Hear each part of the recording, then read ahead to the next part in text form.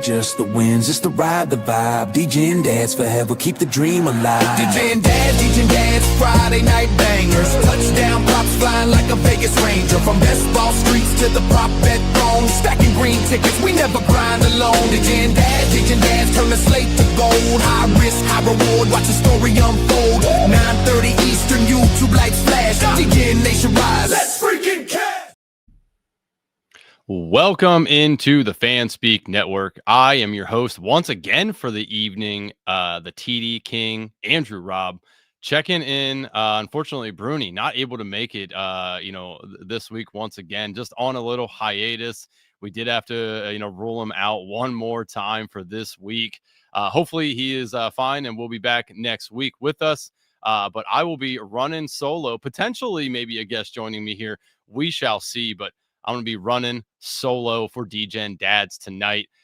Bruni did send me some picks over, so I will have some of his picks, but appreciate you guys hanging in there with us during the change of schedules here. So hope everyone is doing well. Let's check in with the chat. We got Mike Robb says mortgages about to be paid in full after tonight's props from the boys. Huhaim said, I just made a telemarketer hang up on me. It feels great. Yeah, that's always a nice thing when they call you and you can keep them on the horn for a little bit. I do love messing with some telemarketers. I'll be like, oh yeah, no, definitely. Yeah. Just keep talking, to them for a while. And then eventually I'll be like, I'm not falling for this. Right. And then they hang up. So that is pretty funny. Jamie checking in, giddy up, let's ride. He says, at least you still have Bruni picture behind you, the guy with the red nose. Oh, poor Brune Dog. Take a shrapnel. So we will obviously be running through all the stuff tonight. I got some good stuff here for you as well as Bruni. So hopefully Steve might be jumping in here with us in a bit. So we shall see. But as always, ladies and gentlemen, it is Friday. It is week 14 of the NFL. Had ourselves a pretty decent game last night. For those of us that were, on the Lions, cash those tickets. Jahmyr Gibbs going absolute banana land. Hopefully you guys have some Jahmyr Gibbs in best ball because that definitely helped with the 3 touchdowns under receiving yards though, or I'm sorry, under rushing yards over receiving yards for Gibbs. So pretty nice night for him if you had him in fantasy as well. Pretty dope night for the Lions. And as always, fuck the Cowboys. I mean, we love to see it, right? Come on. Everyone was all crowning them like they were going to the playoffs, and then they lose. It is a beautiful thing for us NFC East haters on the Cowboys. Was a nice night. Got Spread checking in saying, what's up, guys? Huhaim says, where do I live? I do live in Pennsylvania. I'm not sure what you're requiring there, but I live near Hershey, PA, the sweetest place on earth. If you've never been to Hershey, smells like chocolate, and they have Hershey Park. So it is pretty cool. Meg says, hey, Steve is jumping on soon. Oh, let's go.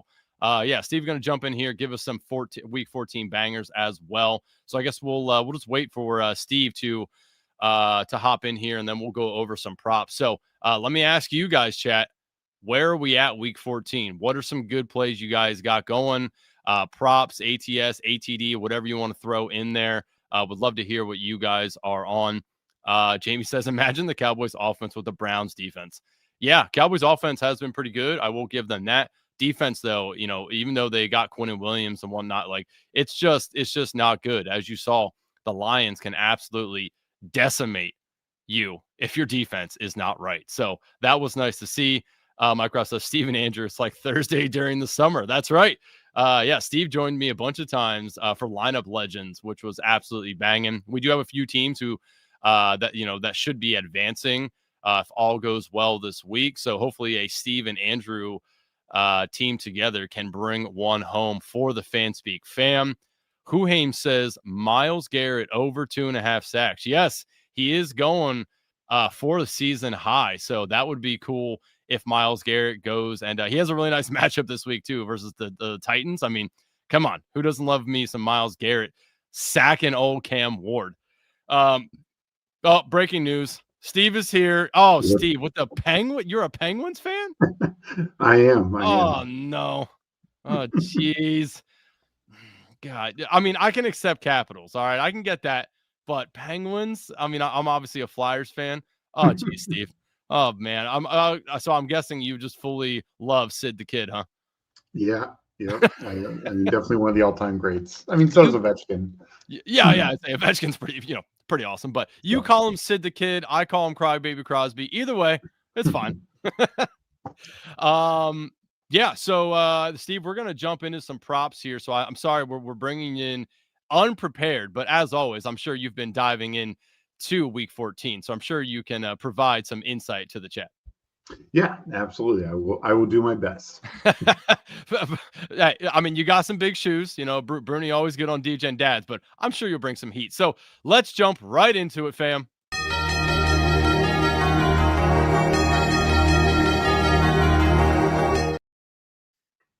Player props up top. I will lead off here.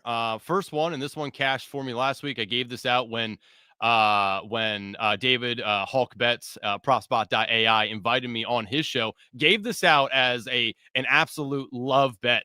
And I love it this week again. We saw Burrow finally come back into the fold, right? And what did we see immediately when Burrow came back? He found the security blanket of Chase Brown multiple times. Ton of targets for Chase Brown. He had 7 catches. The line is still only 3.5. They did not adjust it. I'm taking the Chase Brown over 3.5 receptions. It's 60% last 5, 50% last 10. And with Burrow in, like we see this a lot where Burrow, the offensive line cannot protect Burrow.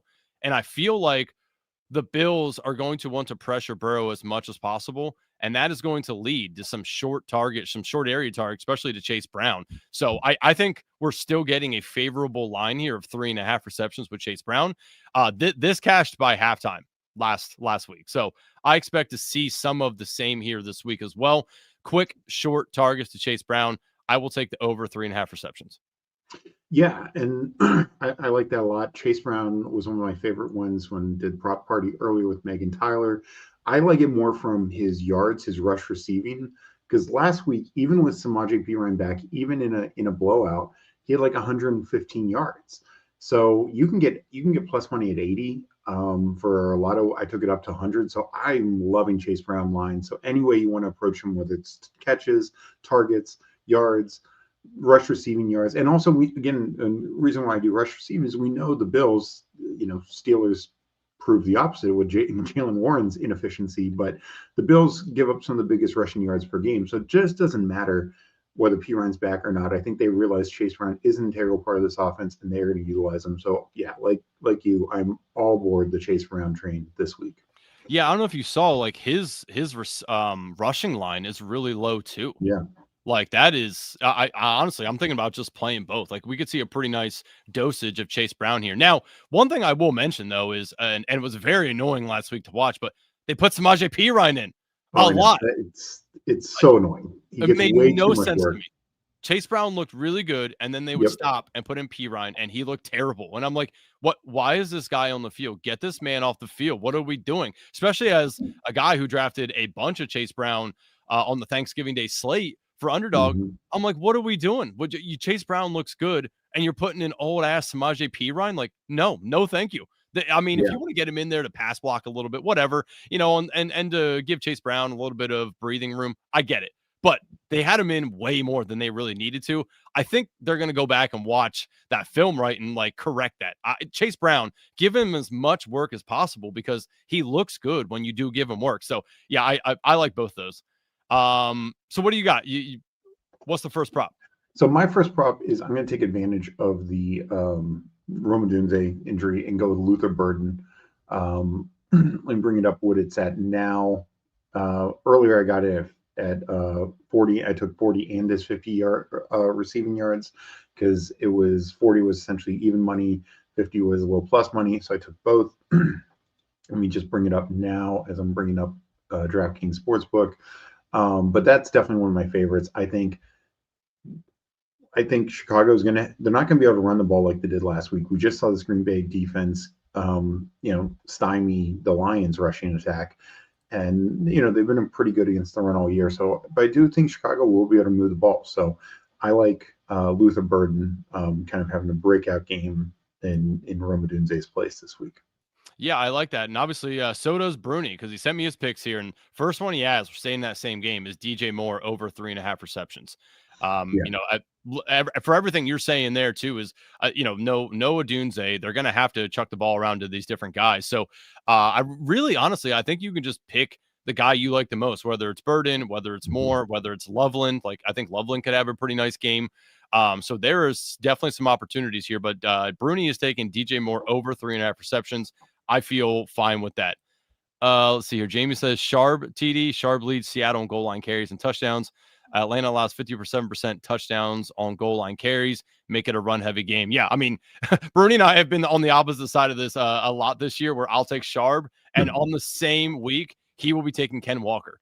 I think you can ping pong that, but yeah, Ken Walker, like, he doesn't really get a ton of goal line stuff. Though last week they did have him in around the goal line a few more times than normal. So I don't know if maybe they're trying to correct the amount of times that they have Sharp in there around the goal line. But yeah, Jamie, I'm on Sharp TD too. Like that's a good play, I feel like, especially with, you know, the stat that you're putting out here and how much Sharp does get run around the goal line. So I think that's a pretty nice call out.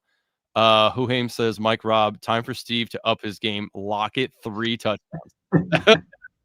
That would be interesting.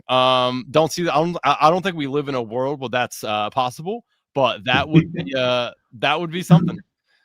Yeah, exactly. That would be 3 Lockett TDs and 3 buttons undone. Jamie says Dolphins score on 63% of goal line throws, but only 30% of carries, and the Jets have allowed 80% passing TDs inside the 5.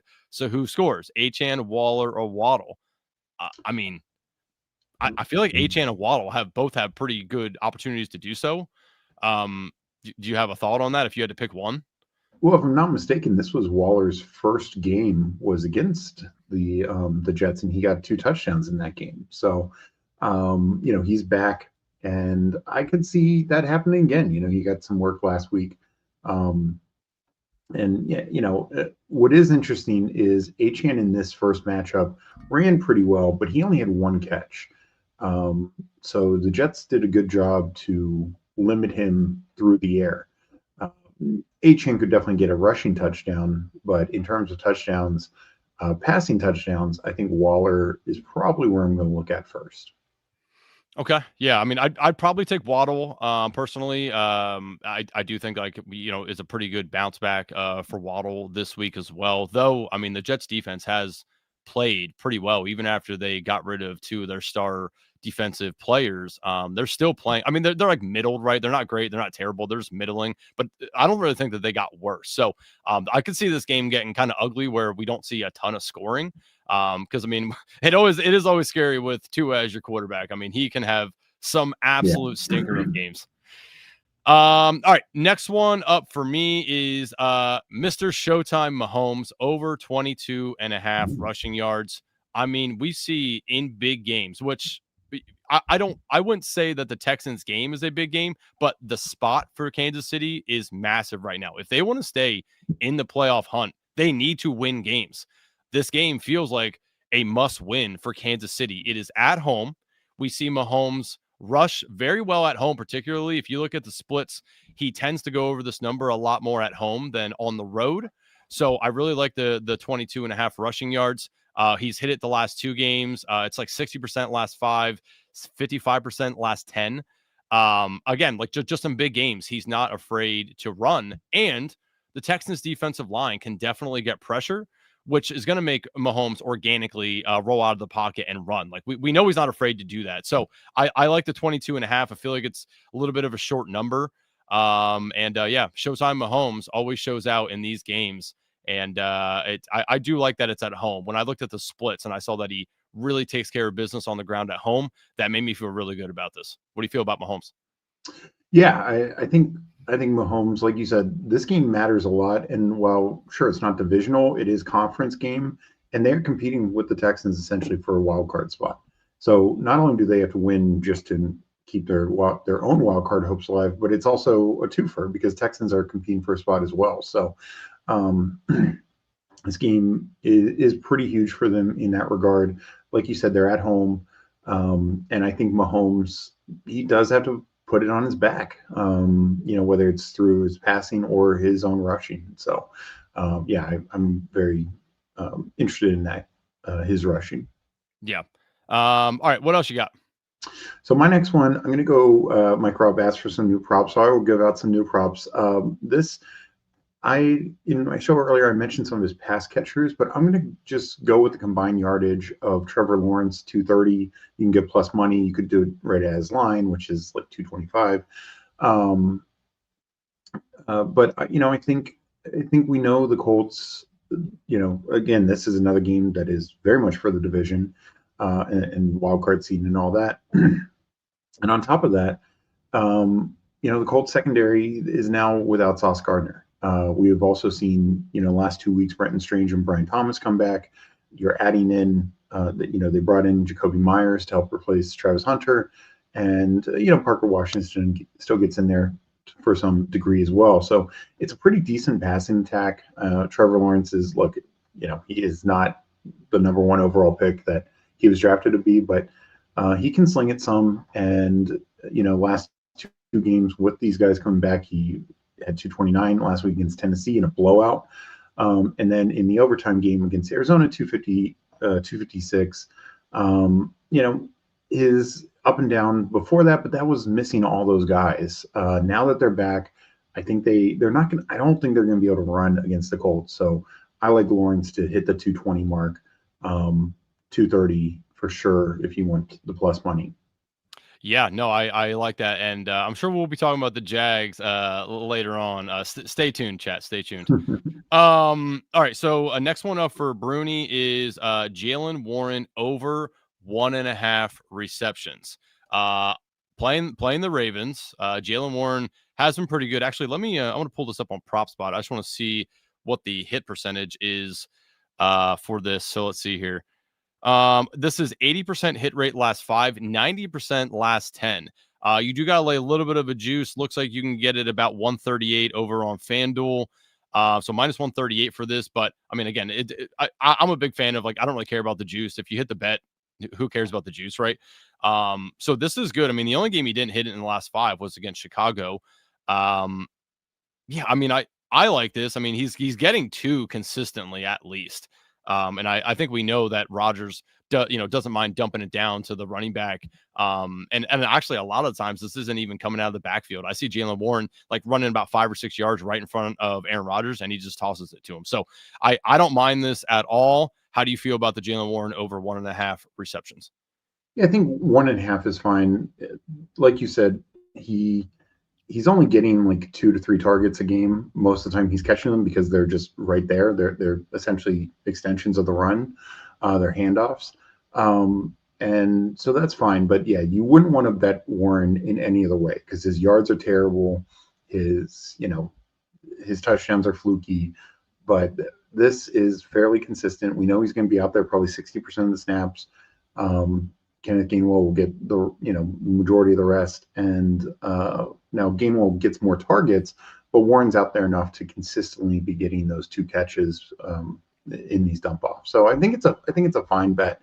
It's not something that you can push or take a different way, but as the bet as is, 2 catches I think is very fine. Yeah, it's a pretty low line. I mean, and I don't really think that this gets game scripted out either. We see them pass him the ball before, even if they're up in the game. So I don't know, that game's interesting. I don't really know which way to look at it. If betting ATS wise, I don't know which way I'd want to actually go with Pittsburgh or Baltimore, but I do think Warren obviously is involved there.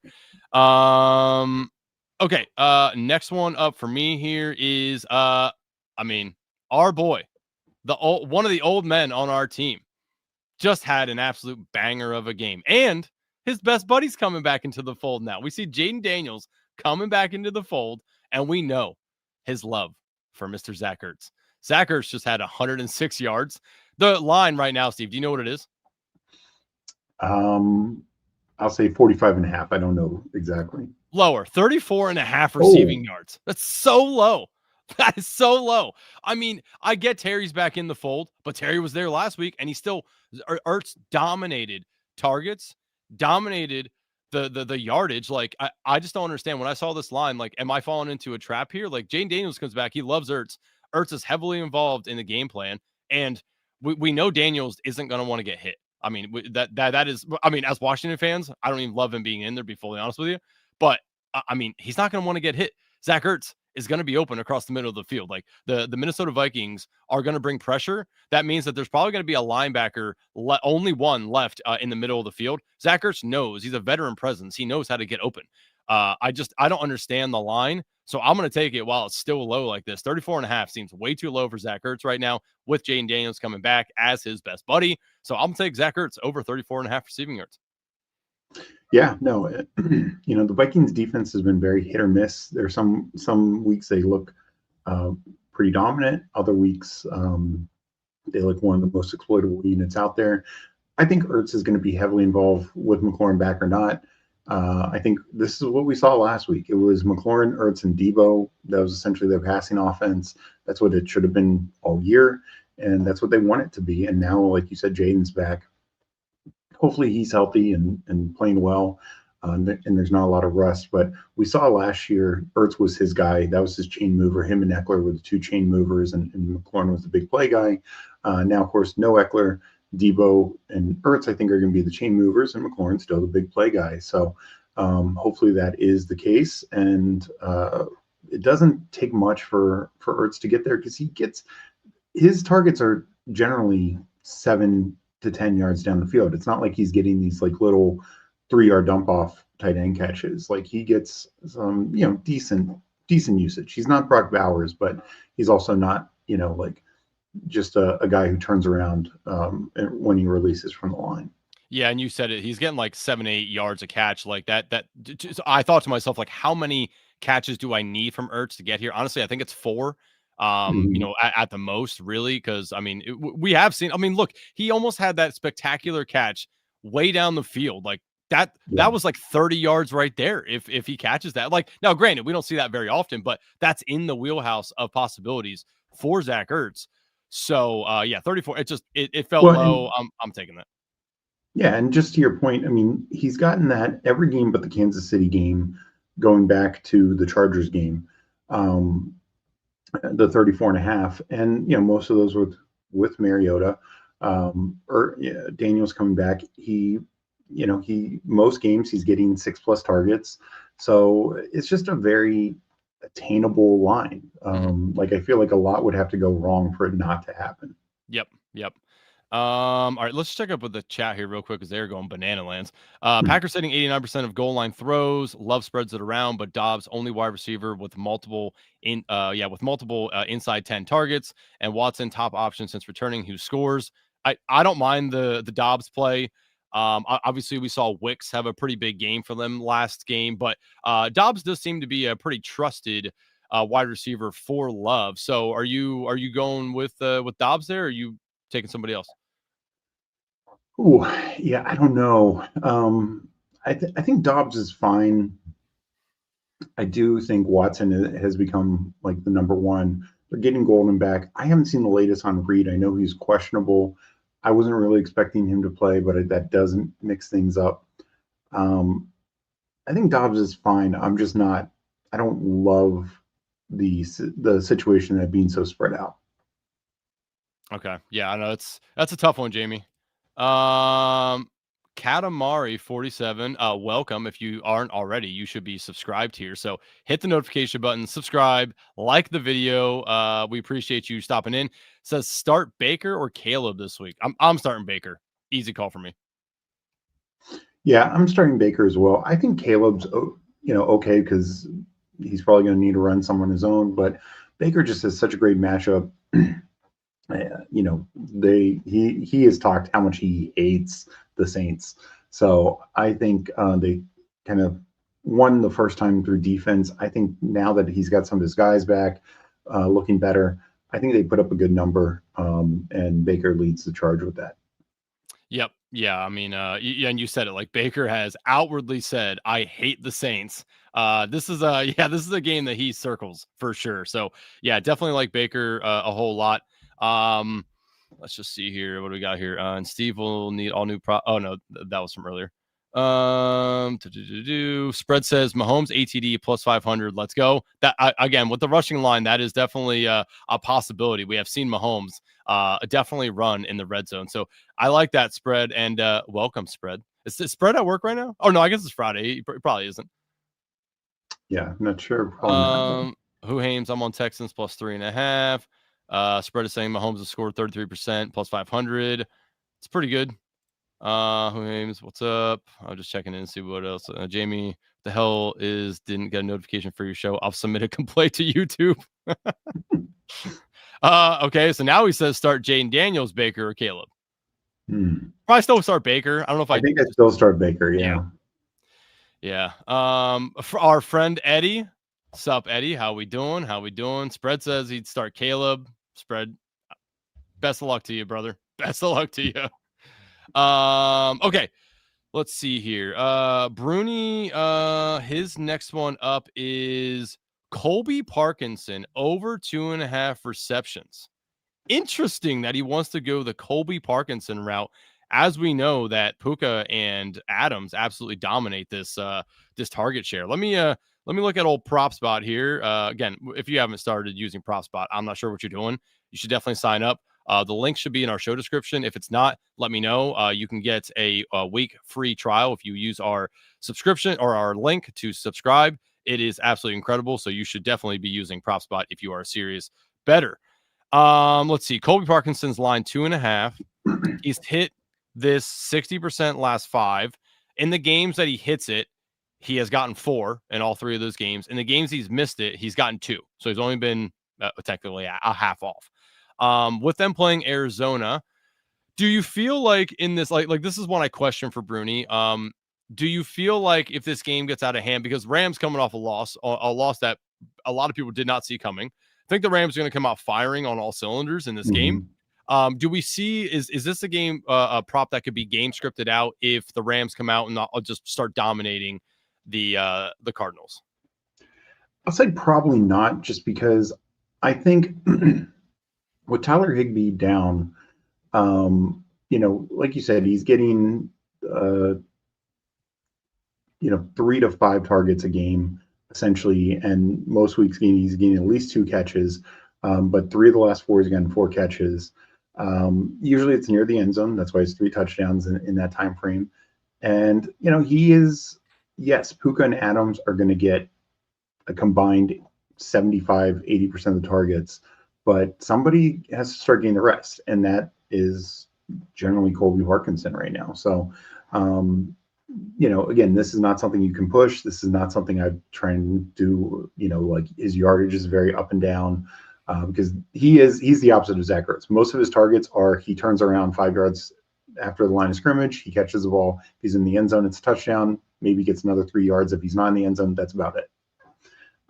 But this line is very attainable, and I do think the Rams do come out firing, and because of that, I think Stafford puts it on them.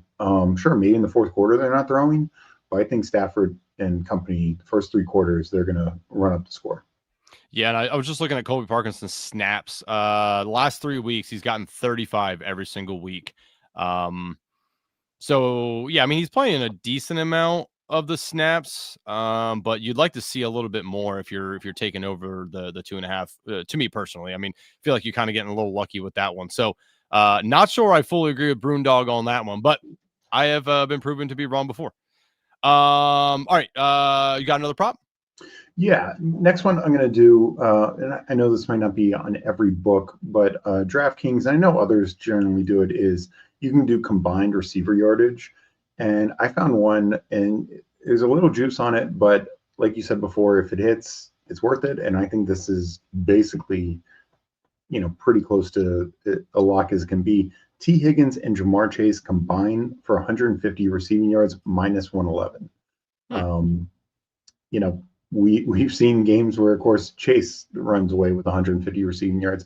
I know the Bills have generally not allowed a lot of passing yards, but they also haven't played a lot of like top tier quarterbacks, basically at all. And not even that. Like when they played teams, they played backups. When they played Houston a couple weeks ago, it was Davis Mills. When they played the Panthers, it was Andy Dalton. Like they have not, they injured. They played Tyrod because they injured Fields. Stuff like that. So they've not even faced a full complement of starting quarterbacks this year. And now they're getting Joe Burrow with Chase, with Higgins, with they're still in it because of the Steelers and the Ravens losing last week. Mm-hmm. Yeah, no. Yeah, I mean, Higgins and Chase, I mean, like, they should be pretty peppered with targets. I mean, outside of Chase Brown, like, we'd like to see Gesicki a little bit more involved. And I thought that was going to be the case last week. Not super involved, even with Higgins out. So now Higgins comes back in again. Like, they're pretty concentrated with their target share. So I like that. That feels like a pretty good bet. And you're not even laying that much juice with that, to be honest. And the No. nice thing is, like, Chase could go off and get that himself, right? Like that. Exactly. Yeah. So I like that a lot. And just real quick, because I just wanted to look, a very similar one, just because we just talked about it with the Stafford and the Rams. Same number, plus 150 for Adams and Puka, minus 118. You could even parlay those two together, I believe. So, if you just believe these two elite receiver pairings get 150 yards, you parlay that together, it's plus 251. So that's one way to approach it as well. Yeah, and the Ram side again feels good just because of the concentrated target share there. And both those guys could easily go get. I mean, Yeah. I don't know if Adams is getting there, but I mean, we've seen Puka have absolutely massive Yeah. games. So, but yeah, that's good. Those are two good call outs. Eddie wants to know who is taking the win, Redskins or Vikings. Hey, I mean, again, this is not on my card, but you really think JJ McCarthy is coming out here like balling? We have not seen that. I mean, No. Washington played a very good game last week against a very formidable Broncos team. So I like the Skins in the game. The problem why I won't put money on it is they just came off a game where they played a huge amount of snaps. I always hate taking a team coming off a huge amount of snaps. And it was a late game too. It was a Sunday night game. So they're not going to be as well rested. I don't think. Obviously, Jaden will, but the rest of the team won't. I worry about the defense just giving up dumb shit because they're tired and they're old. And Justin Jefferson hasn't had a massive game yet. That could definitely be in play. So I'm not taking it. But if I did have to bet it, I would bet Washington because JJ McCarthy is ass. And I mean, I'll take Jane Daniels over JJ McCarthy any day of the week. Yeah, and to your point, also, like, it's also on the road. That's not great for Washington either. But I'm with you. Like, as bad as Washington is, like, their defense, McCarthy's just not the quarterback who's going to overly take advantage of it. Now, I do think I mentioned this with Meg is these props feel wrong because there's just every Vikings player is a plus money for a touchdown. Washington has given up like 3 or more touchdowns in like 9 of their games this year. So, including against some bad offenses like the Raiders, like the Falcons. It's not just Seattle and Dallas who dunked on them. It's basically been everyone. So, do I think that you could have maybe approached and take a touchdown or two, whether it's Jefferson? I mean, Jefferson game plus money is so crazy to me. And one of the things, I don't even think I can bring myself to do this, but I want you to take a guess what Jefferson's 100-yard prop is. What is the number for Jefferson to get 100 yards? What are you getting? I would say it's probably like plus 350. Yeah, that's it exactly, and that's what's so crazy. Is that for real? What it is? 353 on DK. Oh man, that's pretty good. Yeah, because this line is what, like 60 something, 50 something. Yep. Yeah. Interesting. And I mean, this is a guy who got this on the regular in every other year with Darnold, with Cousins, with even backups like Nick Mullins. Like, could this be the day? I don't know if I can do it, but it's so crazy to see somebody that talented have that kind of line.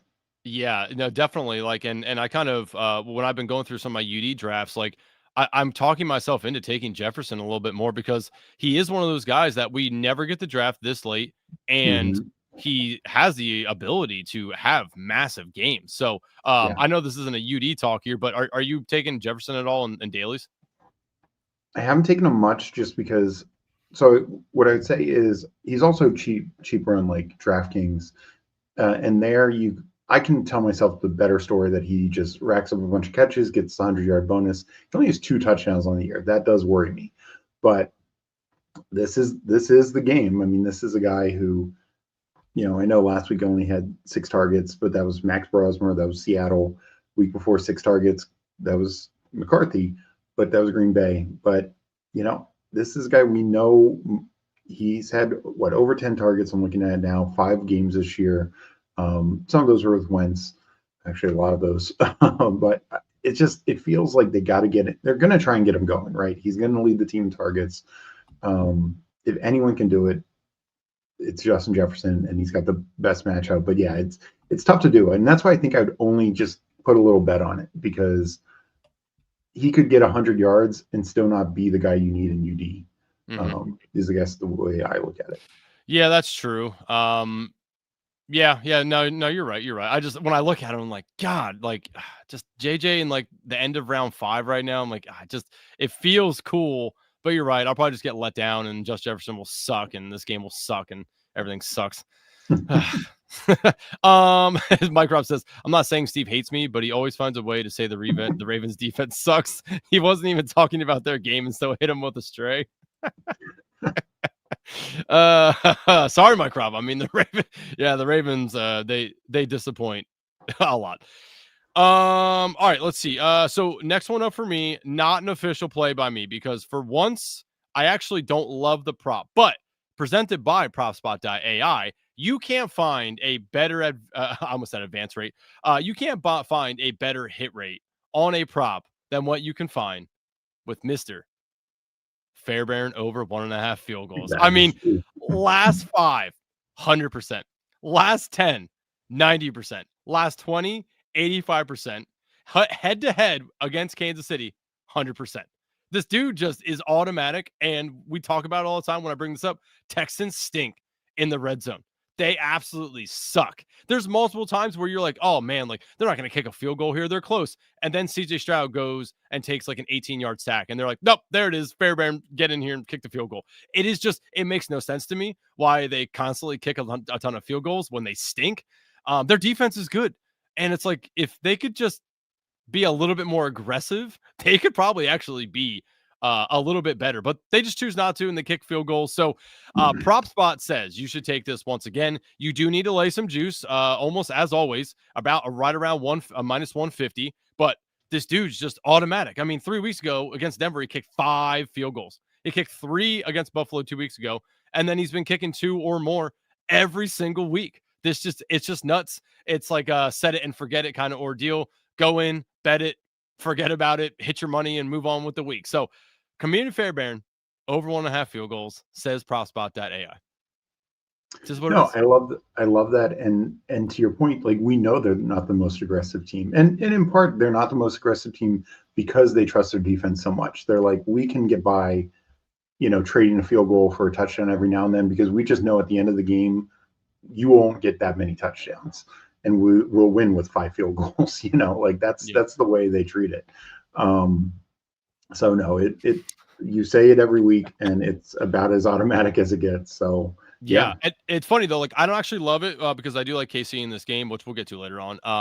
If this game gets out of hand, like I want to know, like, what's the limit on them just being okay with kicking field goals. I don't know. Like, it kind of feels bad to me this week, but I'm not going to go against PropSpot. It has been automatic so far. So people do with that what you want. All right, last prop up for Bruni here. He has RJ Harvey over 2.5 receptions. Now, in this game against Raiders, again, I think that this game could potentially be an out-of-hand game. That could be a possibility against a terrible Raiders defense. If that happens, I'm not sure that we're going to get a big dose of Harvey. But in the short, Harvey has hit this 60% last 5, 70% last 10. So it has been proven to be a pretty nice bet here. Last 2 weeks, he's had 3. 4 weeks ago, he had 5 catches against Houston. So, like, this is definitely in the wheelhouse. You're not paying a ton of juice on it. It is only currently right now sitting at minus 102, so it's about even money. What do you feel about the Harvey over 2.5 receptions? Yeah, I'm fine with that. He's definitely getting the majority of snaps now. He's not shown a lot of rushing efficiency, but they know he's an explosive player. They want to get him involved. They drafted him high. There's no Dobbins, so I think he is going to just need to keep doing this through some targets. So yeah, I don't mind that in a game that I think Denver barely got this game the last time on that Thursday night. They played horrible. I think they come out and they put up a pretty good number on the Raiders this week. Yeah. So it's yeah, I wouldn't be betting it personally. But I mean, again, it has hit a decent amount. So if you want to play that, people, more power to you. Broondog, I don't know, man. I don't know about that one. I'm gonna be okay with it, but I don't love it. Also, Mike Rob says I need to see your family tree with how often you talk about Fairbairn. I'll bet 3+ at +210 for Fairbairn. Yeah, Fairbairn, man, what an automatic hit. All right, do you have any more props for the people? Um, no, just to remind, I gave out Tyler Warren and Jacoby Myers earlier. I know that's a game I think you and I both really like a good bit. So I like that game to put up some decent yards and points. So there's a lot of ways I think you can approach that game. So I just wanted to mention that.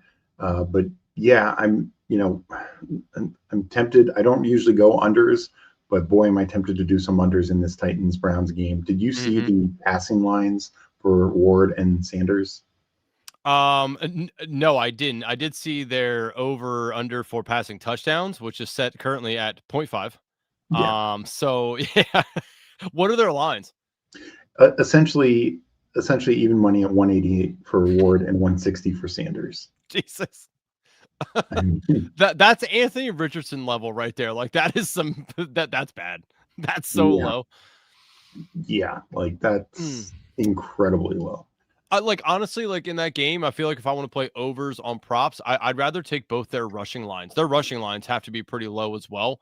I'd rather take Cam Ward and Sanders to rush, like for their prop, not throw.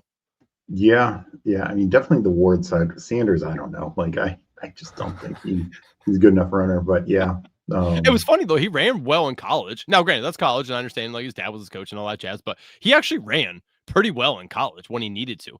He actually had a lot of touchdown runs in college. So take that for a grain of salt. But and he does need to know that in the NFL you can run forward because he seems to be running backwards a whole lot, which is very agitating to watch when you're watching a guy like I coach football.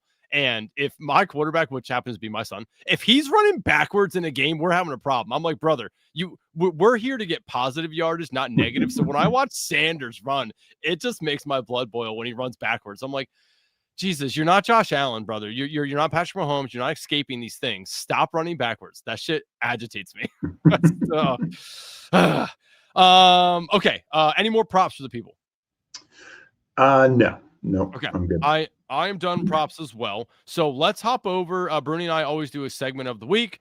We're going to do Bruni's bold play, Andrew's D play of the week. If you have something that you want to throw in here for a bold, a disgusting, a whatever play, you'll have a few minutes to think of one if you want, because I'm going to go over mine and Bruni. So I'll get to Bruni's first. R.I.P. Bruni, not on, so we'll pay him his homage first here. Bruni's bold play of the week. Looks like he's taking quarterbacks 2+ passing touchdowns. Okay. This is paying 20-1. He has Baker 2+ passing touchdowns, Burrow 2+ passing touchdowns, T-Law 2+ passing touchdowns, and Caleb 2+ passing touchdowns. So Baker, Burrow, Lawrence, and Caleb all that have 2+ passing touchdowns. That's 20-1.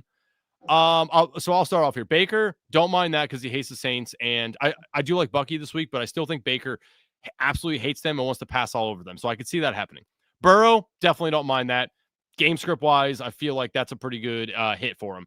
T-Law, don't mind that either, because actually I do think the rushing game here for the Jags might take a little bit of a hit. I think they're going to try to force it a little bit, but T-Law, he has all the complement of all the weapons back. So I don't mind that. He's definitely able to hit the 2+. And then Caleb. Caleb's the one that scares me slightly because I don't know what to think of the game. They're -6.5 point dogs. They just lost Odunze. So if they're going to do it, like Caleb's going to need to be a little special, I think, in this game. And we saw the Packers defense is at least formidable. So Caleb's the ones that actually scares me there. Any thought on any of those? Yeah, I don't really hate even the Caleb call because I don't think they're going to be able to run. They're not running 250 yards on the Packers, right? And sure, Monangai might steal some goal line work, but I think basically any scoring the Bears do is going to have to be through the air. Okay. Yeah, so it's, I don't know, 20-1 again. People, that was Baker, Burrow, T-Law, and Caleb, all that have 2+ passing touchdowns. That is paying you 20-1.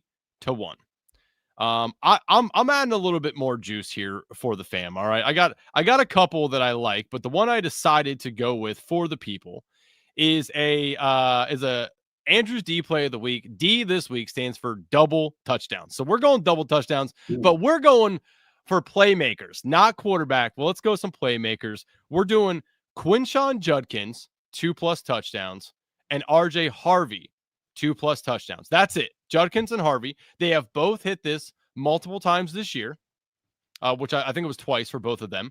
So 2+ touchdowns for them. This pays you 41-1. Hate it or love it. So wait, can you read it one more time? Judkins. Sure. Yeah, Judkins and RJ Harvey, both to have 2+ touchdowns. So the rookie special. The rookie special. Yes, sir. Yeah. I mean, honestly, don't hate it. Like 41-1. That's a good price. Yeah, I mean, the tough thing is that's basically all the Browns' expected points in the game. But we've also seen that's how they score. Like anytime they get near the goal line, they'll just put Judkins in at Wildcat. Like they don't trust their quarterbacks to get over the goal line. So it's just, are they near the goal line enough to do that twice? And this could be the game where they are because it's the Titans. And for Harvey, we saw he scored 2 touchdowns against us. Like I said, like with no Dobbins, his usage has to go way up, whether it's through the air, whether it's on the ground. I think he's going to get the goal line work because their other options are Jaleel McLaughlin, who is, maybe even smaller than him. It's not like there's a hammer back there right now that's going to really steal that work. So I'm fine with that. I mean, like you said, it's 2 touchdowns, but I think they're reasonable spots for both. Yeah, I just like, the Titans aren't good. So I could see Judkins, and like you said, they give him wildcat runs around the goal line too. So if they're scoring, I think it is Judkins. And Harvey, again, like for everything you just said, he's getting plenty of usage with Dobbins not there. When they get around the red zone and the goal line, they give him plenty of opportunities to try to score. So I like that. Here's the one that I originally came up with, and I pulled it back. And then I thought about it, and I'm like, and the thing that you said about Judkins is the thing I thought about, which is why I kept teeter-tottering on what I wanted to do. But the Judkins with the implied team total, that's what scared me. So the other one I wanted to give everyone is, I do like RJ Harvey a lot for the 2+. But what if I introduce you to a Mr. T Higgins 2+ touchdown, which we have seen that happen multiple times with Burrow. The Higgins 2+ and the Harvey 2+, that's 109-1. Does that one tickle your fancy a little bit more? That's definitely interesting. I'm not gonna lie. It's good. I liked it because of the game script for the Bengals against the Bills. Now the Bills defense has been stingy a little bit against some wide receivers and some quarterbacks, but in this game, like the Bengals have to win if they have any shot to doing anything and moving on to the playoffs. They have to win. Higgins coming back. We didn't get to see Burrow with Higgins yet, right? I think that Burrow really likes Higgins in the red zone. I mean, even if Higgins doesn't get a ton of catches, a lot of them could be touchdowns, right? Like he could go for 5 catches on the game and 2 of them be touchdowns. So again, people take that for a grain of salt. It is a long shot for a reason, 109-1, but I do also like Higgins 2+ and Harvey 2+. So Andrew's D play of the week. People, Steve, in the chat, I mean, we have multiple people asking for your STDs. They want Steve's STD, which is Steve's trusted decision, created by Mike and seconded by Eddie. So, Steve, will you please share your STD with the chat? Well, this one, I dialed something up, and it's about as crazy as it gets. And I'm going to warn you, it gets ugly. Okay. But there is a logic behind it. First, I'm going to go with DK Metcalf. I know it's Aaron Rodgers, it's Steelers. We don't like doing it, but it is also, as Mike said, the Ravens defense has been, shall I say, less than good this year. And this is, the game is on the line for both these teams. I don't think their Ravens are going to shut out the Steelers. I don't also think the Steelers are going to be able to run the ball against the Ravens. If they couldn't run the ball against the Bills, I'm sorry, you're not running the ball against the Ravens. DK Metcalf plus 195 for a touchdown. Next up, I said it earlier. I don't know what to do in this Vikings game. Somebody is getting a touchdown. Probably there's going to be at least 2, if not 3 touchdowns in this game. Everyone is plus money. Where do we go? Do we go Justin Jefferson? He's only had 2 in the year, but he'll get the most targets. Do we go Jordan Mason? Do we go Aaron Jones? Do we go Jordan Addison? I'm kind of at a loss where to go, but I'm going to go Jordan Mason in this. Plus 235 for a guy that we know gets goal line work against one of the worst defenses in the league, I think is interesting. And then we're not relying on JJ McCarthy, which is probably the biggest piece of this.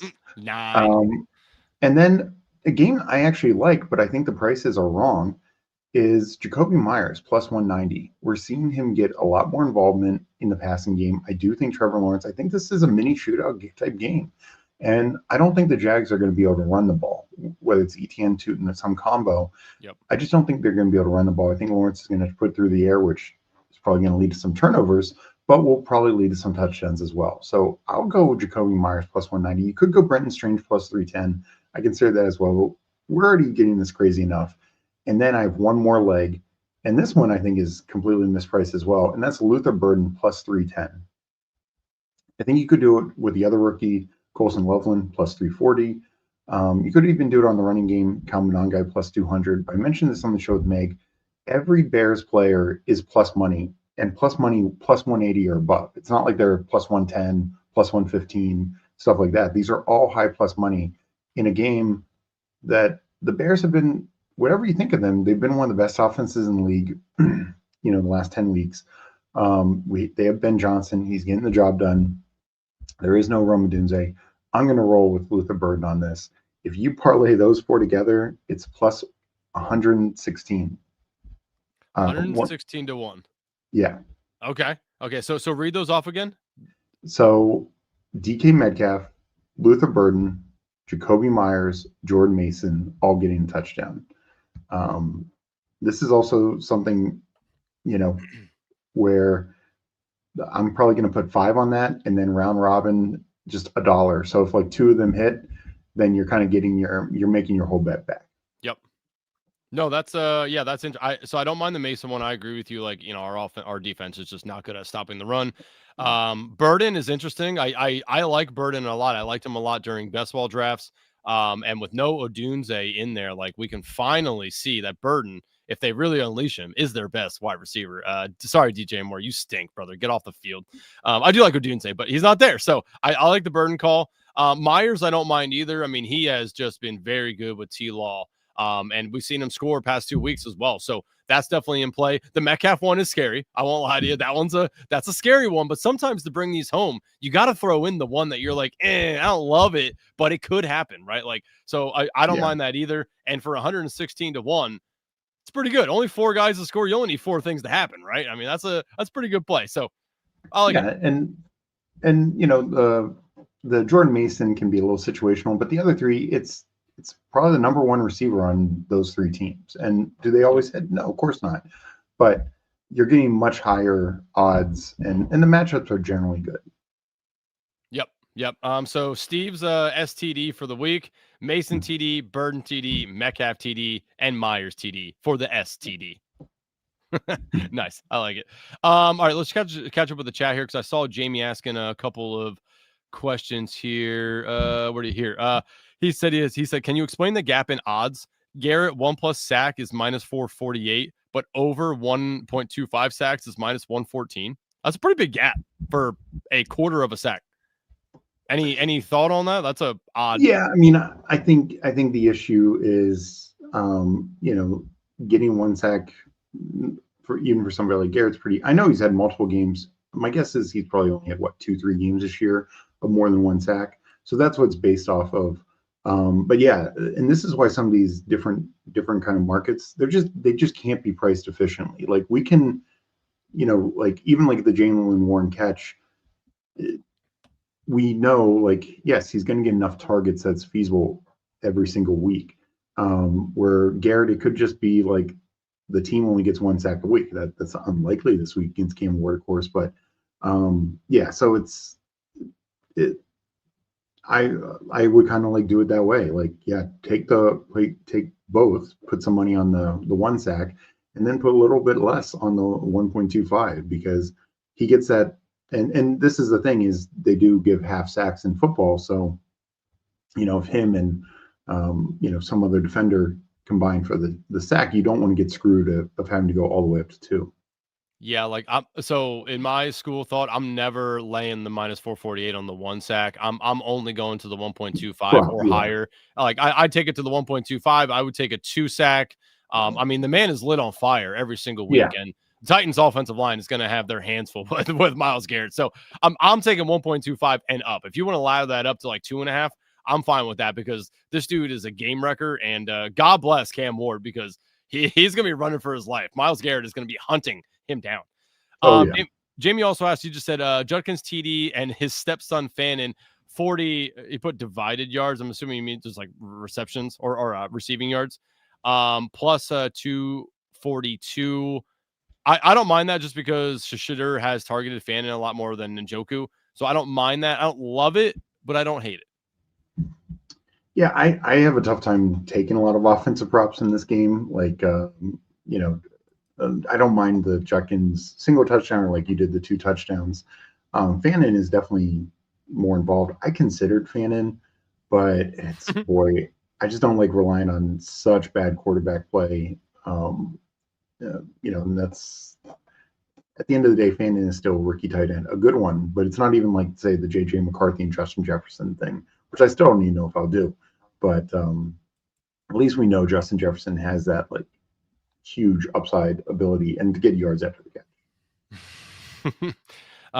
Okay, so those were our segments for the week, people. I hope you enjoyed all that, and go get yourself cleaned up after the STD was unleashed on you.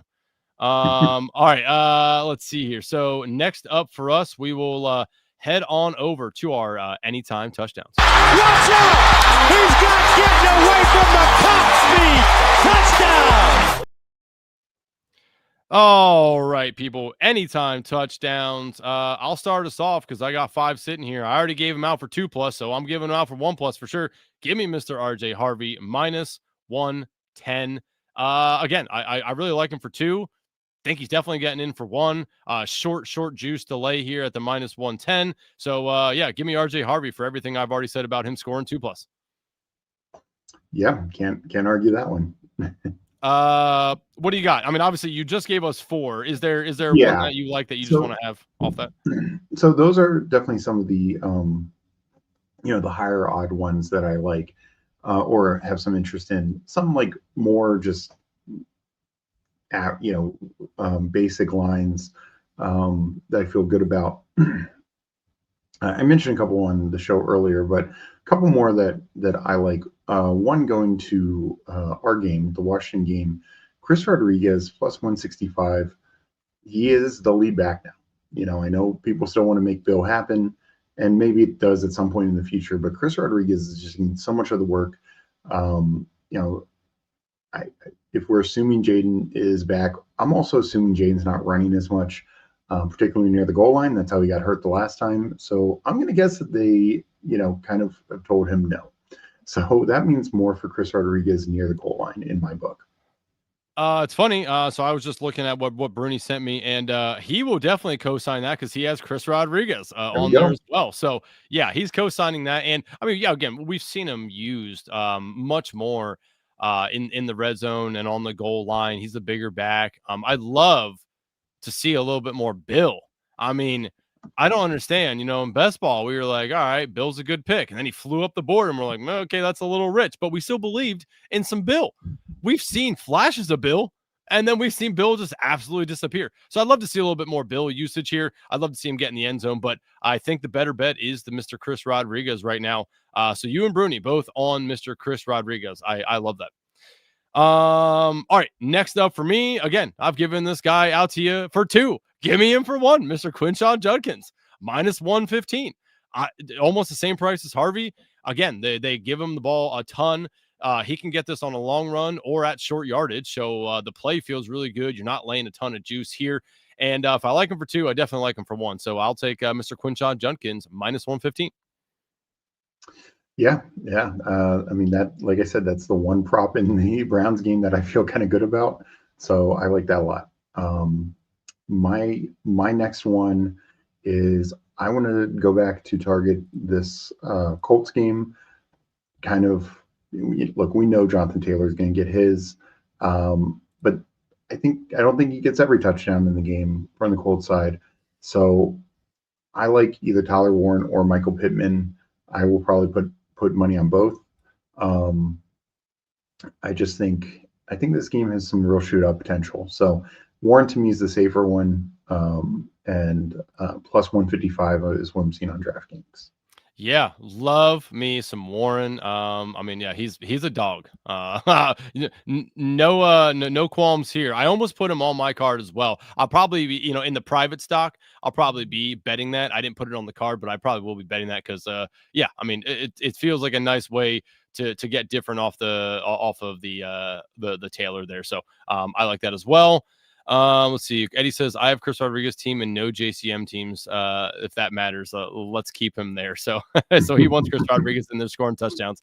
Bucky for 2 also probably looks good. Yeah, I don't mind Bucky for 2. The thing that scares me about the Bucky, which is why I didn't put him in there, is that we've seen Sean Tucker get some run inside, around the goal line as well, because he's a bigger back. And of course, they won't quit on Rashad White either. So there's just kind of like a 3-headed turd there. Obviously, Bucky's the best thing that shines out, but they definitely don't mind taking Bucky off the goal line and putting in like some Sean Tucker. So that does scare me just a little bit. All right, next one up for me. Jane Daniels is back. We know who he looks for in the end zone. Give me Zach Ertz plus 240. Tried and true. He got some end zone targets last week as well. We know Jaden comes in, and Jaden is excellent at finding Zach Ertz in the red zone and in the end zone. So I'm going to take Mr. Zach Ertz for plus 240. I mean, Jaden coming back, and you're going to be plus 240 with Zach Ertz. I'll take that all day long. Yeah, no, I mean, Ertz was this guy last year, and I think he goes right back to him. Yep. What do you got? My next one, I'm going to look at. Now, this one is contingent because he's still not 100% to play, but I think it's trending in that direction. And it's what we should be taking advantage of all week. There would have been a touchdown last week if Isaiah Likely didn't fumble the ball out of the end zone. Tight ends against the Bengals absolutely crushed. Dalton Kincaid should be back. He's Josh Allen's guy. Plus 200 for a touchdown for Dalton Kincaid. I think that's a good way to approach it. The Bengals are going to have way more touchdowns to tight ends than any other team in the NFL. Yep. Meg says, before the end of the show, can we see what lineup legends teams you may have sweating for playoffs? Hope we see a collab lineup legends teams in the final. Yeah, I can pull up some of my stuff here and we'll see. I think I just named them Stream with Steve. I know there is definitely at least a couple that are in contention, if not already in there. So we will look. Spartacus the Marine, welcome in. Appreciate you. If you haven't already, hit the subscribe button, hit the notification, like the video. If you're first time here, welcome. If not, welcome back. All right. It says Godwin or Burden. Steve, what do you think? I'm taking Godwin, by the way. Yeah, I think it's normally obviously if Odunze is there, I think Godwin's the easy call. But with no Odunze, I think Burden has a big game. But I also love Godwin's matchup. So I lean Godwin. But that's a tough one. I'd want to know the scoring system, like if it's full point PPR, stuff like that could matter a little bit. I think Godwin is the safer play. But I guess it also kind of depends, like, do you need like a big ceiling? I think Burden has the bigger ceiling than Godwin. Okay. Yeah, no, I agree with you. If it's not PPR scoring, maybe you do want to go Burden because of the big play potential over Godwin. But I think they're both live for a touchdown potentially as well. So Yeah. yeah, Spartacus, I know we didn't really help you there. I said I'd go Godwin, he'd go Burden. I think if it's PPR, go Godwin. If it's Yeah. non or even half potentially, That's maybe kind of put where I'm at. maybe put Burden in there. Also, look at your matchup against your opponent. If you think that you can win with some easy points, I might just put Godwin in there. If it's a longer shot and you might need to put up a massive score, maybe that's where you look for Burden. Is that right?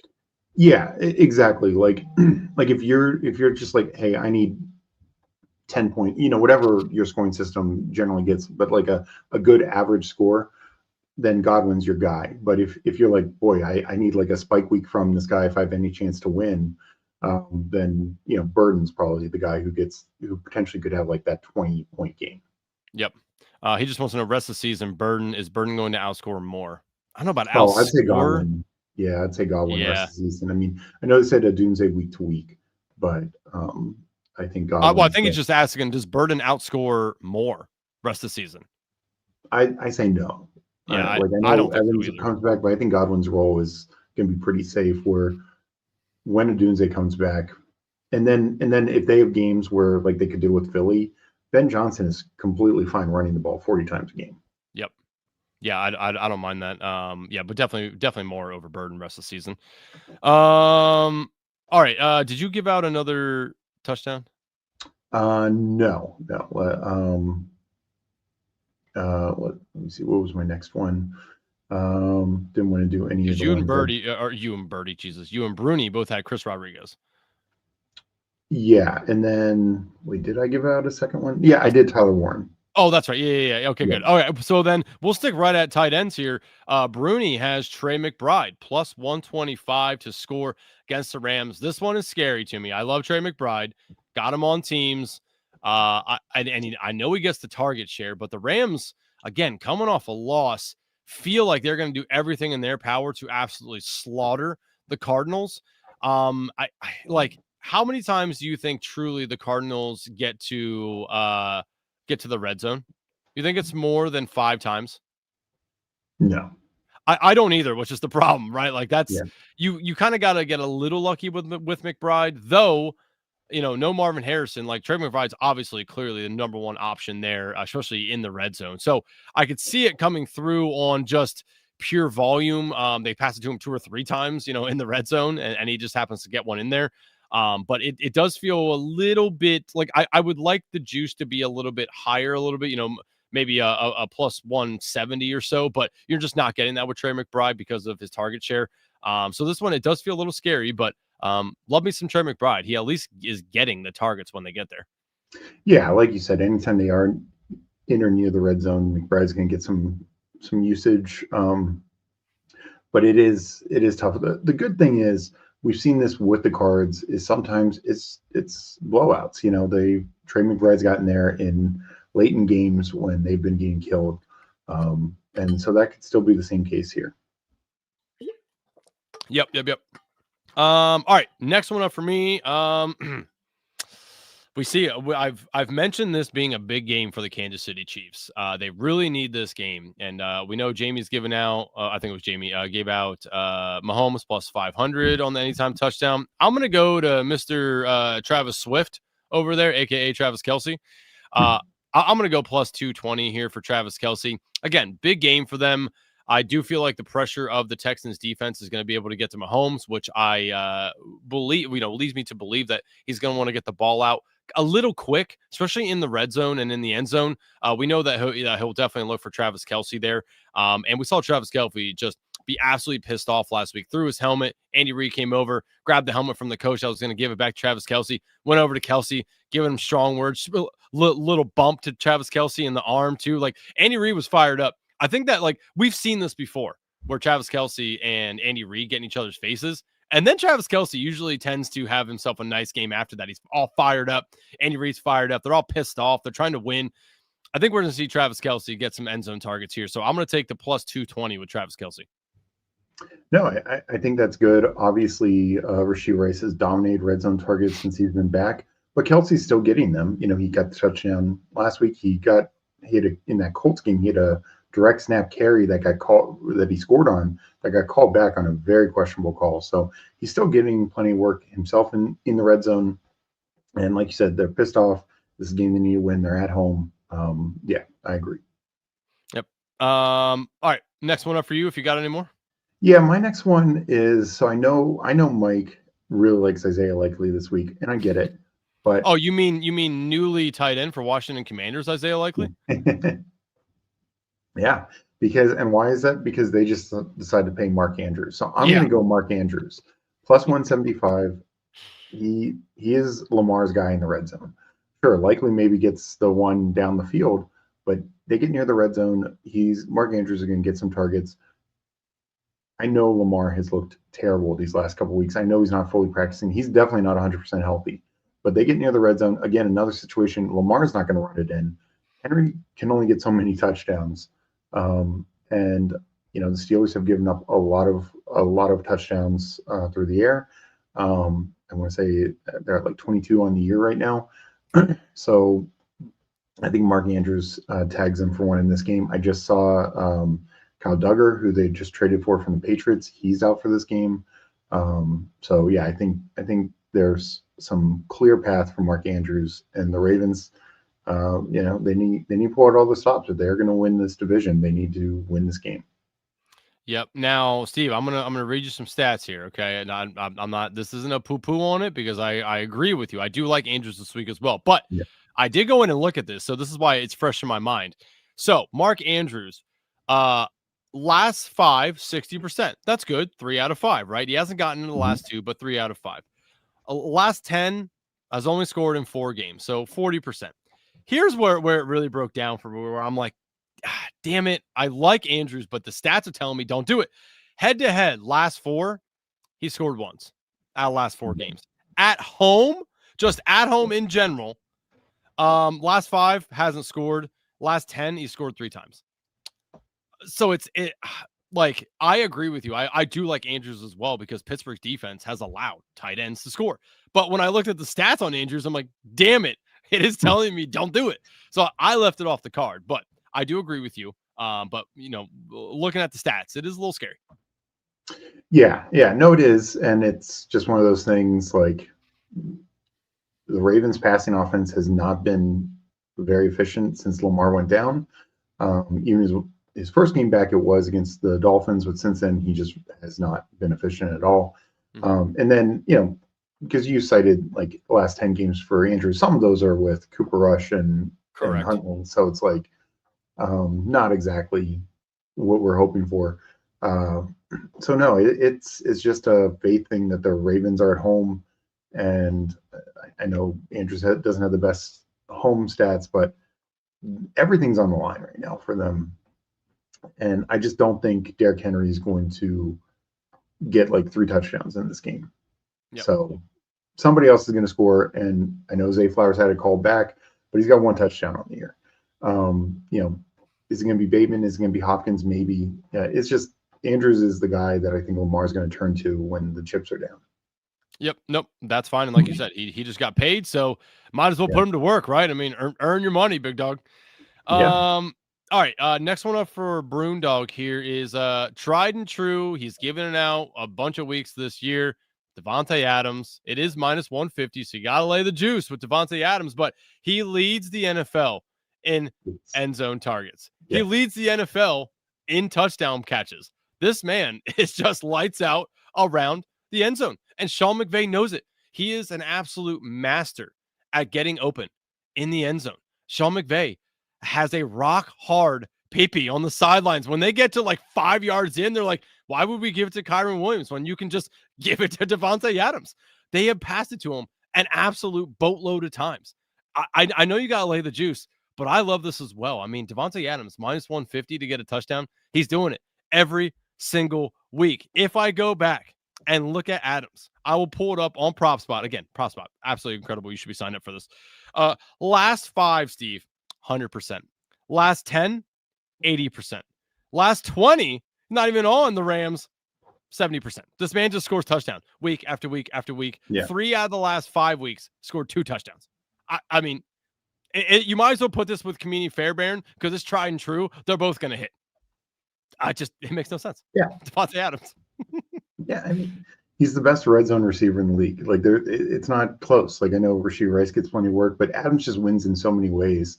And like you said, they'll get on the 1 yard line, and Stafford's like, yeah, I feel like a touchdown. And that's the difference in the Rams. Devontae Adams has more touchdowns this year than Puka Nacua has in his career. So, like I believe it's even right now. And Puka Nacua is one of the best receivers in the league. But when they're near the goal line, it's the Devontae Adams show. And we both agree. And the Cardinals are missing multiple defenders, by the way. So I think the Rams just put up a big number. And if Adams is not a part of it, that would be one of the most shocking things. Yep. All right, last one for me, and this is gonna surprise people because this is, you know what, you might as well put this as a D play of the week because this is disgusting. All right, but this man has not scored touchdowns, and he most certainly should be scoring touchdowns. He plays for a team that needs to win. They just to stay in first in their division and have a nice lead where they really don't have to worry about it. But they're trying to also become the number 1 seed in the NFC East or in the NFC. That is the Philadelphia Eagles. Give me Saquon Barkley. I know it's disgusting. This man can barely score touchdowns. I mean, when I go back here and look, I'm going to go just pull him up on PropSpot again. When I go to Barkley and look at his touchdowns, it is disgusting for the year. Steve, let me ask you, do you know in the last 5 games how many touchdowns Saquon Barkley have? 1. In the last 10. How many weeks did he score a touchdown? Because 1 week he did score 2. Yeah. 4. 3. It's disgusting. When you think of Saquon Barkley as this guy that we were taking in the first round of best ball drafts, I mean, at some point, he has to find the end zone again. He hasn't scored in 4 straight games. This is a defense that finally can be run on. You can run on the Chargers. I know everyone's going to be on Hurts to score a touchdown. I know people are going to be on A.J. Brown because he's been whining and complaining like the diva that he is, and he's finally getting end zone targets, and he's scoring touchdowns, so maybe he's happy again. But Mr. Saquon Barkley has to find the end zone again. You can get this at plus 110 right now. I mean, if I told you a year ago you could get Saquon Barkley to score a touchdown for plus 110, you were putting the mortgage on it. I just, one of these weeks, it has to be done. This is in a primetime game on Monday Night Football on turf. I talked myself into it, and I know I'm going to get let down. I can feel it, but damn it, I want to take plus 110 with Saquon Barkley to score. And tell me I'm crazy, Steve. This is nuts. No, because, you know, I look, Chargers are a good defense, but it's Saquon Barkley at the end of the day. I think he's not going to get shut out the rest of the year, but it feels like one of those situations where they know they need to utilize him more. Like, we've heard some coach speak on it, like, we got to get him going, stuff like that. And yes, so much of the focus has been on A.J. Brown, but now he's appeased with these last 2 games, hopefully, and they get Saquon going. Yeah, everyone in the chat tell me I'm crazy. I mean, it's A.J. Brown or it's Goddard. Who Ames says I'll take Dotson to score before Saquon. Like, listen. It's crazy how little it's happened. Like there's no doubt. I mean, Chris Rodriguez is a better touchdown scorer right now than Saquon Barkley. That's insane. But we know the talent is just too good. So yep. I wish you were getting a little bit more plus money on it, is I guess what I'd say. But yeah. I know I'm going to be let down. I know people. Listen, I'm not financial advice to take Saquon, but something inside my belly tells me it's a Saquon week. I don't know why. Just does. I trust my gut more than I trust a lot of other things. So we shall see, but Saquon to score. Here we go. Do you have any more? So I have one more. Okay. And it's, I mentioned in the STD, as it was called, I took Luther Burden, and the other guys I mentioned were Colson Loveland, but the guy who I feel best about is Kyle Monangai. And you're getting 2-1. It's plus 200 on DraftKings. This is the guy who he gets the higher goal line role. I know last week against the Eagles. They both got there. So if they did bring him in for goal line carry. But, Kyle Monangai, the 7th-round rookie, excuse me, just had the numbers up. He has 14 carries inside the 10-yard line, and he did not get much work early on. 5 of those are gone for touchdowns, 7 carries inside the 5, 4 have gone for touchdowns.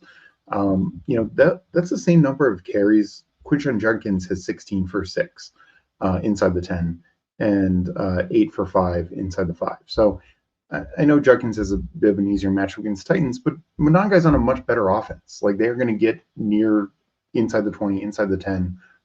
I would imagine considerably more than the Browns will, even going up against the Packers. So I like Monangai to pop into the end zone. I think they have realized they found something, and they seem to be trusting him more and more, and especially near the goal line. Okay. I do not hate that whatsoever. We got looks like a fantasy question. Good Lord, this looks like a math question. Fighting solves everything. Fighting solves everything. That's hilarious. Burrow, CMC, JT, QJ, Woody, Monty, T. Hendo, B. Rob, Puka, Tet, T. Higgins, Michael Wilson, Godwin, Tyler Warren, Brock Bowers, 2-2-2. So running back, wide receiver, tight end, flexes. Should I sit tight with my team or possibly pick up Mitchell or Bam Knight? So he's talking about oh my god, the fuck's his first name? The Jets Mitchell. Yeah. Adonai Mitchell. Adonai, thank you. Jesus.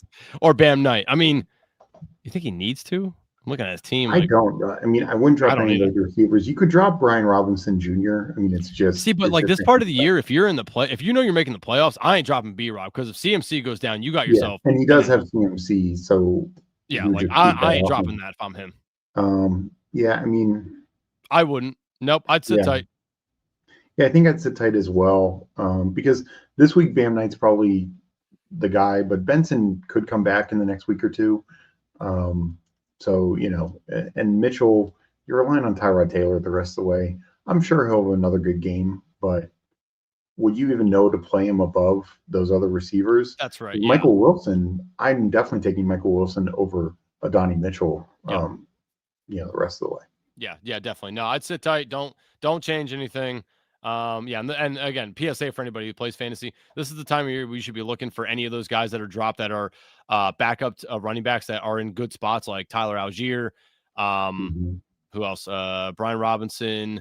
I wish somebody would be better in Indy that you could pick up behind JT, but I mean, who the hell are you really even pick up there? But just go look for those guys. If you got a spot, stash them. Can't hurt. You want this that time of year, by the way. Yeah. All right. So it says Cleveland defense for first touchdown is only plus 18 or 1800. So 18-1. Jesus Christ. That's so wild. Someone just dropped DJ Moore, him or Godwin. I think I still lean Godwin. That's tough. Like, I kind of want to say more just because, and especially Noah Dunze right now. Like, I like that, but I don't know. Tougher matchup. You know what? I'm sticking to my gut. My gut says DJ Moore. Yeah, I'm gonna say Godwin, but that's very tough. It is. It's close for sure. I don't think you get a ceiling game from either. I would say if you do, maybe more a little bit, but tough, very tough. Okay, let's see. That was all Bruni's. I don't have any more touchdowns after I gave out that disgusting Saquon Barkley. All right, let's move on over to where betting started for NFL, and that is against the spread.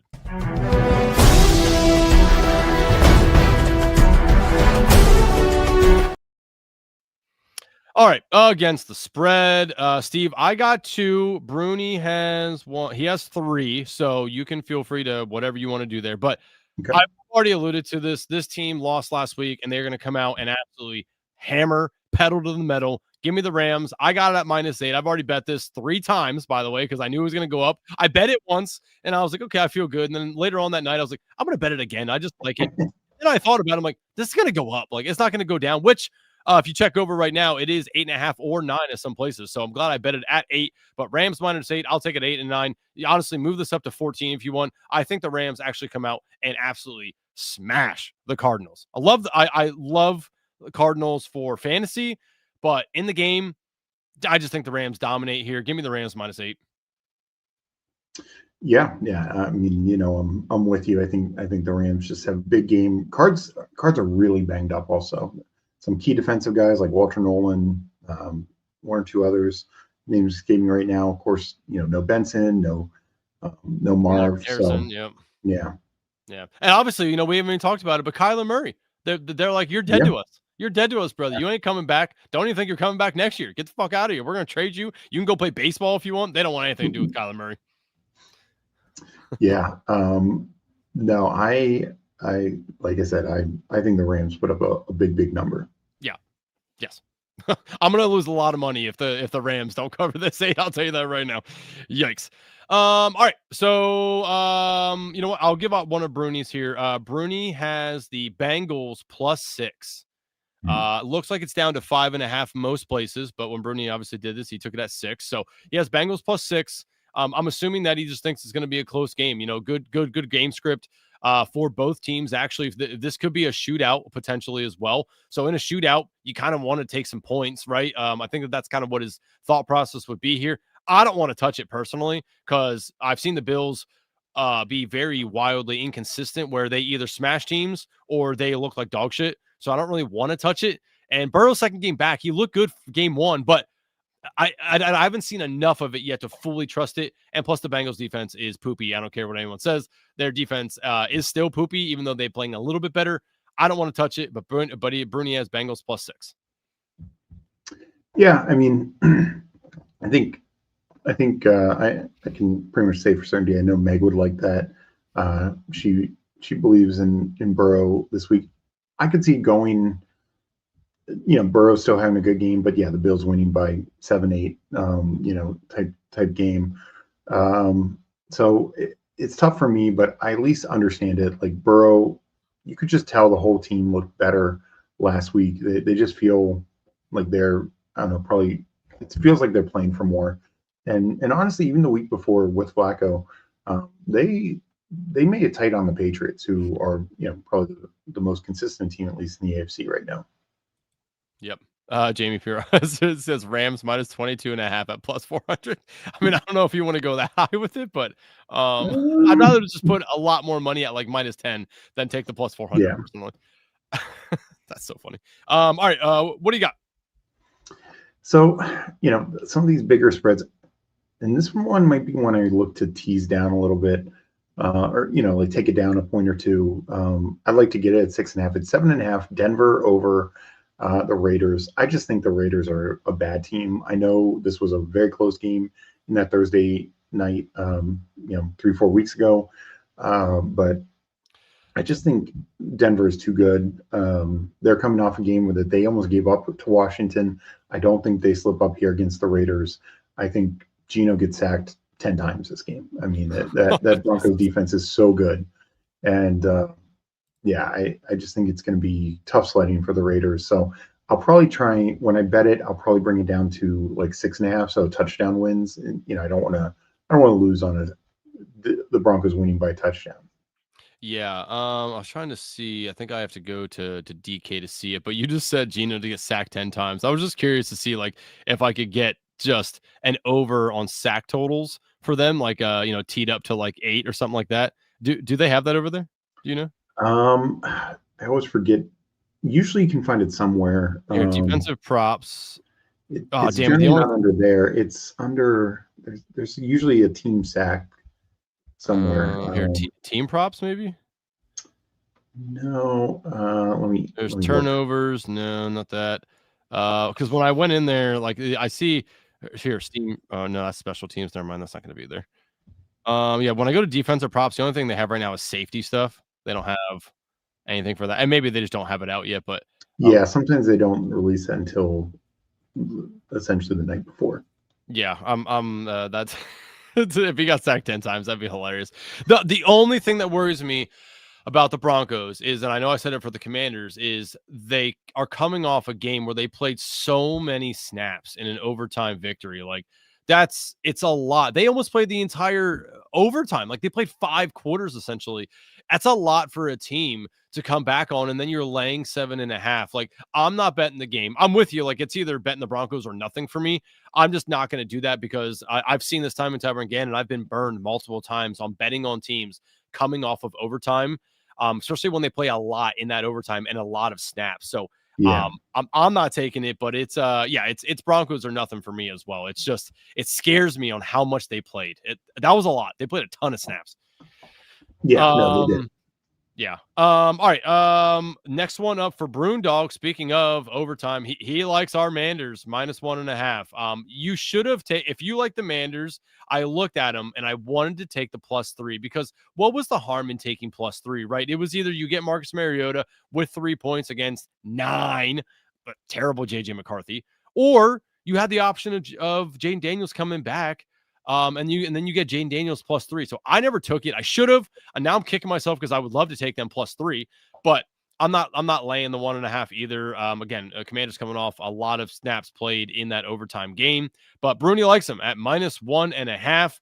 Our Manders taking it on the road to Minnesota and beating 9, coming back from, just awful injuries. This 9 has been taken. Definitely not soft benchings for JJ McCarthy, right? Like, definitely not. So I'm sure he has all the confidence in the world and he'll come out and play very good against our Commanders, but Bruni likes them -1.5. Yeah, no, I mean, that's one I'm considering as well. I think I just can't trust JJ McCarthy. And like I said, the Vikings defense has been very inconsistent as well. Sia checking in. We are just blessed with a celebrity. If you guys don't know, Sia over at CBS doing amazing work with Meg. You should follow him on Twitter because he puts out amazing stuff. I'm a golf guy, so he always puts up awesome like first round leaders, and Sia has been absolutely incredible with golf over the years. So love Sia. You guys should be following him on X. Obviously go over. He says smash the like button as well. Appreciate you, Sia. But yeah, Sia's awesome. And for those of you who don't follow him on Twitter, like for as great as he is on handicapping, one of the best things he actually does is talk about like mental health and like just being okay and being nice to people. That's probably one of the absolute best things I love about following Sia is just every now and again, he gives you just a dose of reality and a reminder to be nice to people and to take care of yourself and your mental health. So shout out to Sia for being an overall amazing man, but you guys should be following them and obviously checking out CBS for everything that he puts out over there and listening to the pod and obviously, following him, on Twitter and just watching all the amazing stuff that he puts out. So Sia, we appreciate you checking in. Absolute, just great human being. Absolutely. Okay. So let's see here. Next one up for me. Yeah. Meg checking in, obviously. Appreciate you, Sia. Yeah. Amazing person. Him and Meg do great work together. Love checking that stuff out for the DFS as well. All right, next one up for me, Steve. We talked about this. We've already talked about Kelsey. We've talked about Mahomes. This is a must-win game for the Kansas City Chiefs. If they're not doing it now, they're just not doing it. And fool me once, shame on me. Fool me twice, shame on me again, is what I believe, right? I've been fooled by the Kansas City Chiefs, but not this time. They are taking it home this time. I will take KC -3.5. I don't know if you've ever heard the term, you never want to take the 3.5, you want to lay the 3.5, and you never want to lay the 2.5, you want to take the 2.5. Okay. I fully believe in that. I'm taking Kansas City -3.5 to win at home. Texans defense has been good, but KC needs this game. They know it. They're fired up. We already talked about Kelsey and Andy Reid being in each other's faces on the sideline. Like they're all fired up over there, and they need this to stay in the AFC playoff race. This game means a lot to them. This might as well be a playoff game for Kansas City. I truly believe Kansas City comes out and gets right in a home game against the Texans. Give me KC -3.5. Yeah, no, that was going to be one of mine. I think the Texans defense is great, but their offense is just so inconsistent. We know the Chiefs defense is pretty good. Sure, they couldn't stop Dak. But not many people can. And, like you said, they're at home, everything on the line. And I like the Chiefs in this game a lot. Who Hames is a Chiefs fan. He says, I'm absolutely taking Texans plus 3.5. He's been hurt one too many times. He's not ready to be hurt again. He's the guy that's been taken on dates and the girls just dump him. And he's like, I'm not being dumped again. I'm taking the 3.5. No. Who Hames, I'm telling you, this is the time, brother. This is the time. Lay the 3.5 with your Chiefs. Have faith. Believe. All right. What do you got next? Bruni has one more, and I am done with ATS. Do you have any more? Yeah, there's one more that I like. It's a little ugly. Okay. Just like your STD, it's getting a little ugly. So it's not so much that it's ugly. It's just I do have a worry, and that is Seattle going west to east to Atlanta, minus 6.5. Atlanta, though, no Drake London. Kirk Cousins this is not the Kirk Cousins of, with 2 intact Achilles. Bijan can only go so far, and Seattle's defense is just playing lights out. But I do worry about the west to east, and that's about far west and as far east as you can get. So I'm a little bit concerned, but Seattle is just a far better team. They're playing for a lot. The division is still very much in line with the Rams losing last week. This is gonna be a great division race down the stretch. Let's be honest. So I hate the west to east part of it, but I still feel like this is a team that they can win by touchdown. You look at recently the Rams beat them, but other than that, they're handily winning these games. I mean, Titans, because they had a special teams touchdown and everything, it was much closer. Still won that game, 30-24. They just shut out the Vikings.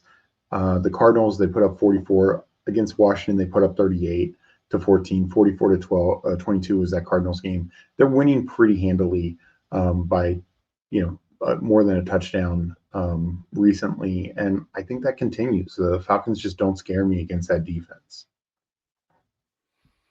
Okay. Yeah, I don't mind that. Yeah, like I'm trying to think, like I don't have that on the card. It's not one I've bet yet. I'm trying to think like which way I truly want to go that route. Like does it feel trappy? Like I wouldn't shouldn't it say be more? trappy. Well, I think it is in part because it is that west coast to east coast. Last time they did that, they did it week 6 against Jacksonville. They won 20-12. 1:00 game, in Jacksonville. So they have done that already this year. Made that trip and won by 8 points. Yeah, I mean, and that's partly why I like it is it's under a touchdown. Like some of these other games, like we talked about, like you could get burned by them winning by a touchdown. Where if they win by a touchdown, you win. Yeah, you know what they say though, Steve. Don't lay the 6.5. Take the 6.5. They're trapping you into taking it. No, I agree with you. Like it's either Seattle or nothing here for me. Yeah. Sia pointing out that he likes this. Part of him wants to wait for a slow start and bet Seattle live. I definitely think that's a nice way to do it as well. Huhaim says Seattle game I don't want to touch if London was in. I agree on Atlanta. Sia saying love to see how Darnold handles the blitz early. Yes. Obviously, we've seen Sam Darnold go back into seeing ghost form every now and again. So that is potentially what could happen here because the Falcons defense is fine. So yeah, I think I might be with Sia, maybe waiting a little bit to see if the Falcons jump out here to a nice lead and then taking Seattle. I don't know. It's tough. I haven't bet it yet though. So we will see. All right. Last one up for Bruni. He has the Colts minus 1.5. I will tell you, peek behind the curtain for our dog segment. Bruni and I are on the opposite side of this one. I can't get behind the Colts minus 1.5. I think a lot of people are going to want to bet the Colts. Makes me want to take the Jags. This is for the division. This is for the division lead, right? Like this is a massive game for these two teams. Colts coming to Jacksonville. Jacksonville fully healthy on offense. Finally, the defense is playing pretty well overall. And the Colts have taken some licks here. We found out about the Daniel Jones, fibula issue, right? Doesn't seem to be fully affecting him. JT just hasn't been JT recently where we saw at the beginning of the year, he was absolutely dominating all the time. And they lost Sauce Gardner. Like they're just, I don't know. The team feels like it doesn't have the vibes that it needs to win a game like this right now. So Bruni's on the Colts -1.5. He likes it. I'm going to be on the other side for the dog. We'll talk a little bit more about that. But where are you at with the Colts and Jags? Like, I usually God hates Jags.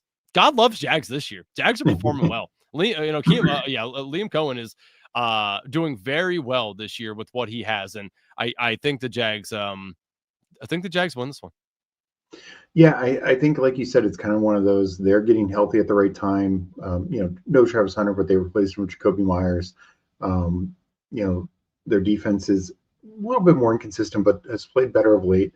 Where the Colts losing Sauce Gardner, that hurts. And Daniel Jones, yeah, he looked fine, but they might need him to be a little better than just fine in this game if they're going to win. So this is one that I probably won't bet because I really do think it's going to be a bit of a shootout and it could go either way. Mm-hmm. And just, does JT carry this team on his back literally? If so, yeah, then they win. If not, then I think the Jags come away with the win.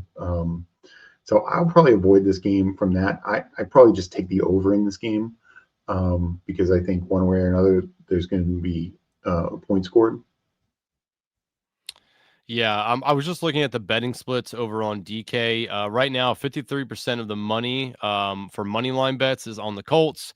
54% is on the spread for the Colts, and 51% is on the over. So the betting splits is actually very close right now over on DK for the Jags and the Colts. Now, I don't know how much sharp money has come in, on DK. I don't really consider DK a sharp book for that matter. So a lot of the public betting, but that's kind of why I wanted to look at it is public bets, right? We kind of want to fade public bets sometimes. Yeah. So right now the public is a little bit in favor of the Colts.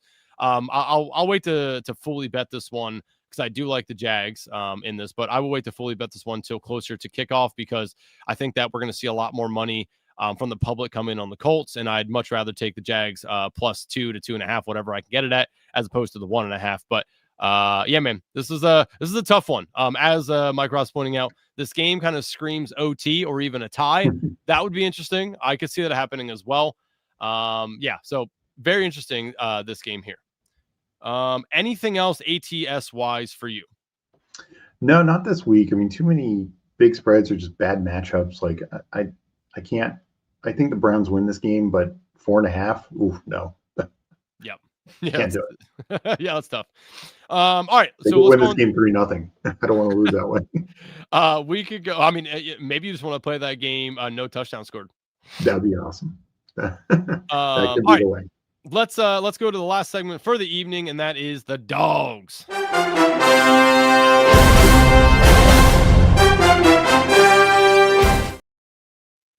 All right. Let the dogs out. Who let the dogs out? Dogs are barking. I only got one. Brune Dog has 3 dogs for us. So I will give out one of Bruni's here. Every week, he always yells at me about, he's just like, he never wants to get on board. So finally, I'm kind of off the train. I guess Bruni's hopping on it. He likes Mike Tomlin as a dog. Steelers dog +230 on the money line. He'll take the Steelers against Mike Robb's Ravens. Mike Robb, how dare Bruni to come in here and take those Steelers coming to Baltimore, gonna beat Lamar Jackson in his house. How dare him do that? But Bruni does like the Steelers on the money line. Yeah, that's a tough one. What I do like about it is we've seen these games year in, year out. It's not always the team that you expect to win these tough AFC North games. So both teams have a lot going against them right now. But we talked about it. I mean, this game is kind of for a playoff spot. Whoever wins this is very much in control of their future. We'll see if the Tomlin playoff magic can continue to work. Yeah, I'm not touching the game. I'm off the Steelers. They burned me now a couple times. I still love Tomlin as a dog. He's still been excellent in his career as a coach, as a dog, but just don't want to touch it. God, oh my! I don't know. I don't love it. I don't hate it. just don't want to take it. Mike Rob just saying Fanspeak team just taking turns stomping on my emotions. Sorry, Mike Rob. Hey, I haven't said anything bad. I'm just letting you know right now, Mike Rob. I don't want to bet either side. All right. What do you got, Steve? What do any dogs that are barking to you? So there is one, and look, it's there's still some concern in that. That's why it is what it is. But Chargers win at home against the Eagles. I think this assumes Herbert's playing. If not, I don't really like Trey Lance to win this game. But I think if Herbert's playing, they're getting Amari Hampton back. They're at home. Eagles are a mess right now. They're playing awful football. I know they had the early first half against the Cowboys. They had a really good game, but in general, like their defense is giving up more. I never thought the Eagles were giving up 250 yards on the ground, and they just did. Granted, the Chargers don't have the same offensive line that the Bears have, but I think it sounds like Herbert's going to play, and he's got some weapons. I think they can sling it a little bit, and I just worry that the Eagles, they kind of lack the identity, and going on the road to the Chargers, I think Harbaugh is the better coach, so I'm going to give that edge there as well. Okay. I mean, Wiles and I are left in a survivor pool. Every week, we've been surviving. We got one ticket with each other left, and Eagles are in consideration for us potentially. He is an Eagles fan. He does believe that they are in a must-win kind of scenario. I don't think the Chargers have a very good home field advantage for what kind of fans are going to be there. I do think it could be a Philly takeover a little bit. So they're one of our picks. At the end, I'll ask you, because we're between three teams. So I'll ask you the teams and see who you would take. Obviously, it doesn't sound like you're taking the Eagles. So I'll take that one out of the equation and ask you the other two. But I don't really want to bet the game. I do lean Eagles just because I think that they want to have the 1 seed because they want that bye week to really make sure they're right for these playoffs. They're right in the hunt for that. This is a massive game for them.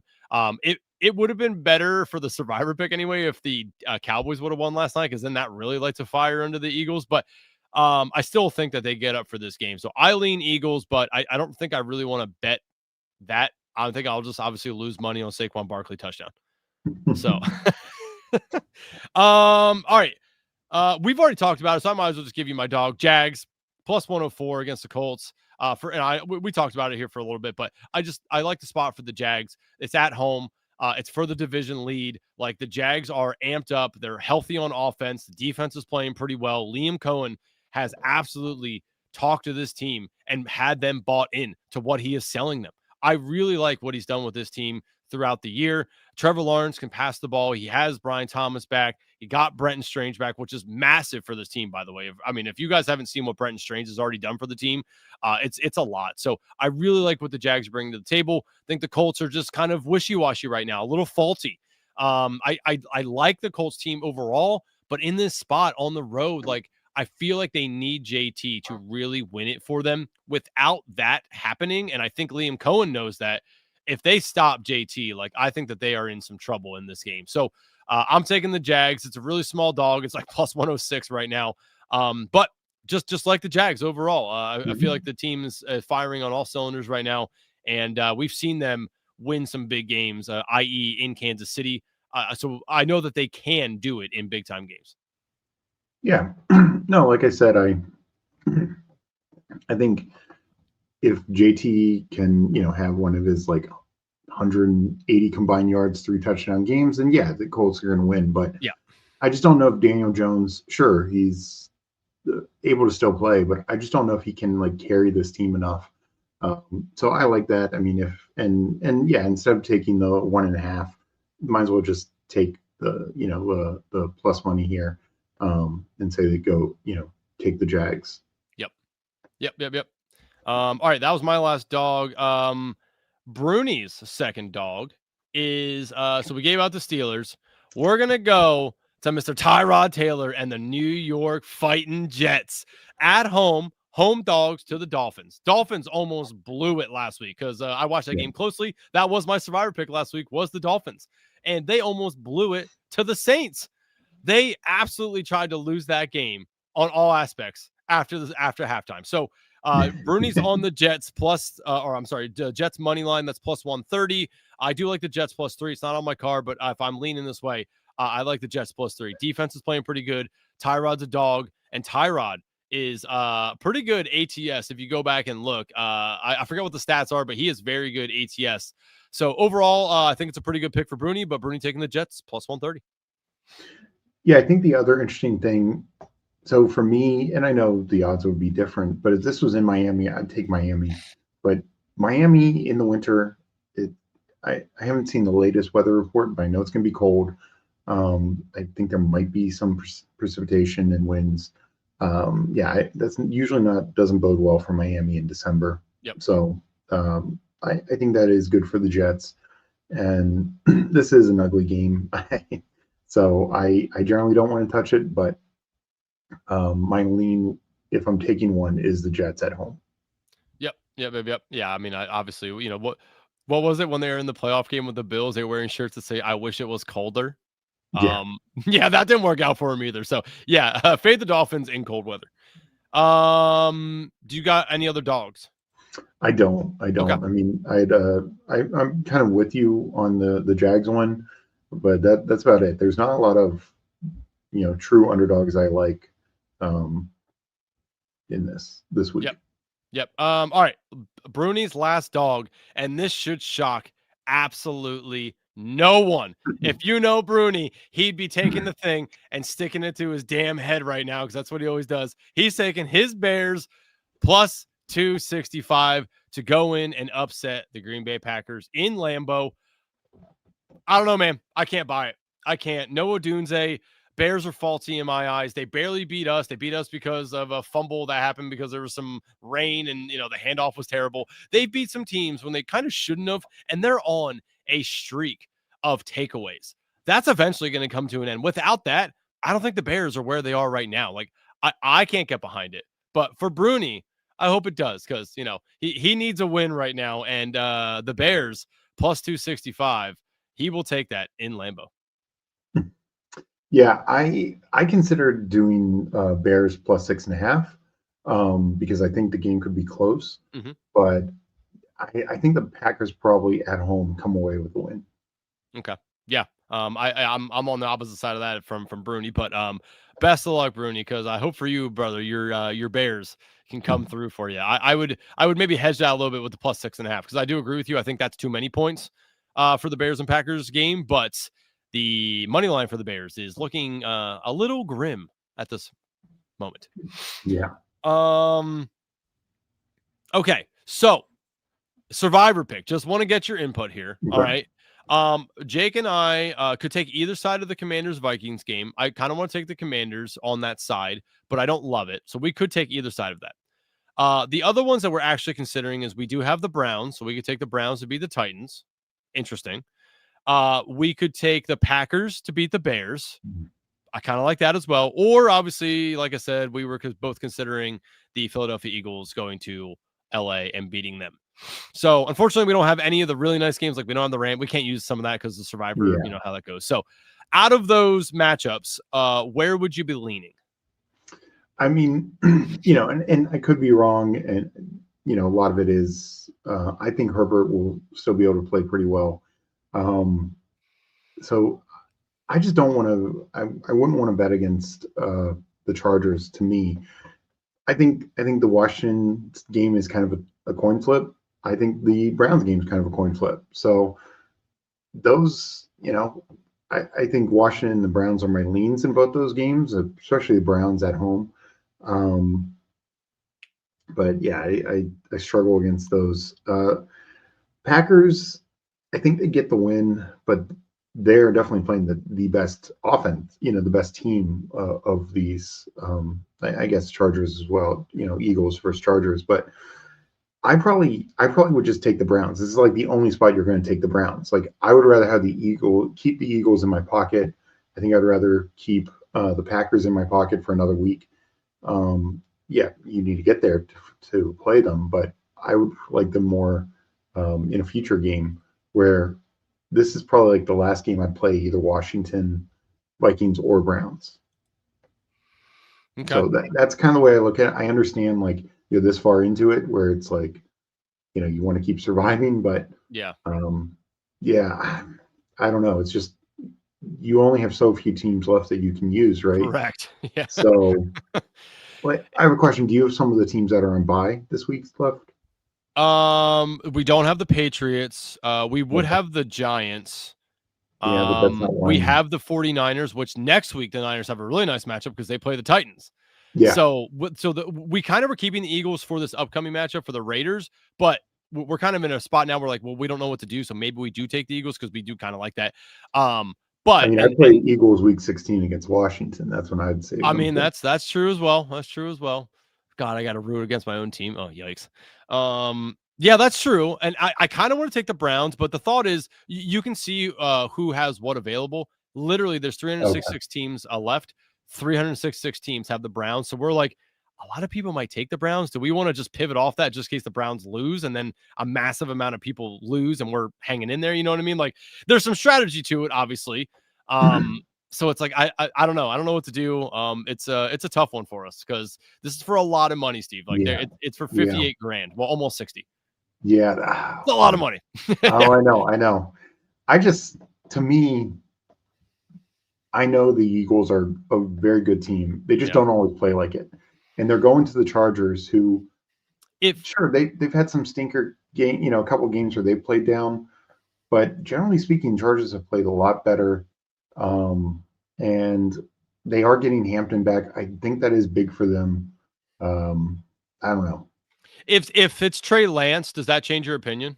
Oh, for sure. If it's Trey So Lance, when do yeah, you think we know that? Because your picks in this league that's have to the be in by problem. 1 o'clock. It gets locked by 1. When that's the thing, that's the Monday night. You're not going to know. I That's the know. problem. It's so oh god. All right.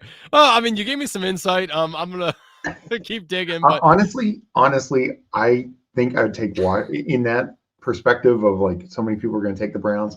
I'd probably take Washington. Like it doesn't feel great. Like easily the Vikings could win, but you said it before. I trust Jaden Daniels with one arm, which is essentially what he'll be playing with, versus JJ McCarthy. yeah. Because it's not just Daniels. It is, keep in mind, Terry McLaurin's back. Like that was big last week. Washington with Mariota almost beat the Broncos, who are one of the better defenses. I mean, wherever we think of Bo Nix, they're one of the better defenses in the league, and Mariota was able to move the ball against them. I just think the Washington coaching matchup is kind of even, but the quarterback matchup and just general offensive matchup is in Washington's favor.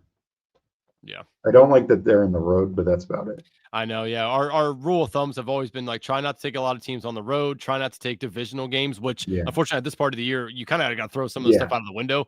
But that's kind of what got us here. And I'm like, oh man, do we like turn away from it? Like, yeah, and we don't have a lot of the big teams. Like we don't have the Bucks, we don't have the Seahawks, we don't have the Rams. Like we don't have any of those teams left. And I'm like, all right, well, we're just gonna live on a hope and a prayer this week, unfortunately. So we shall see. But I appreciate your input. Good luck. Yeah, thanks.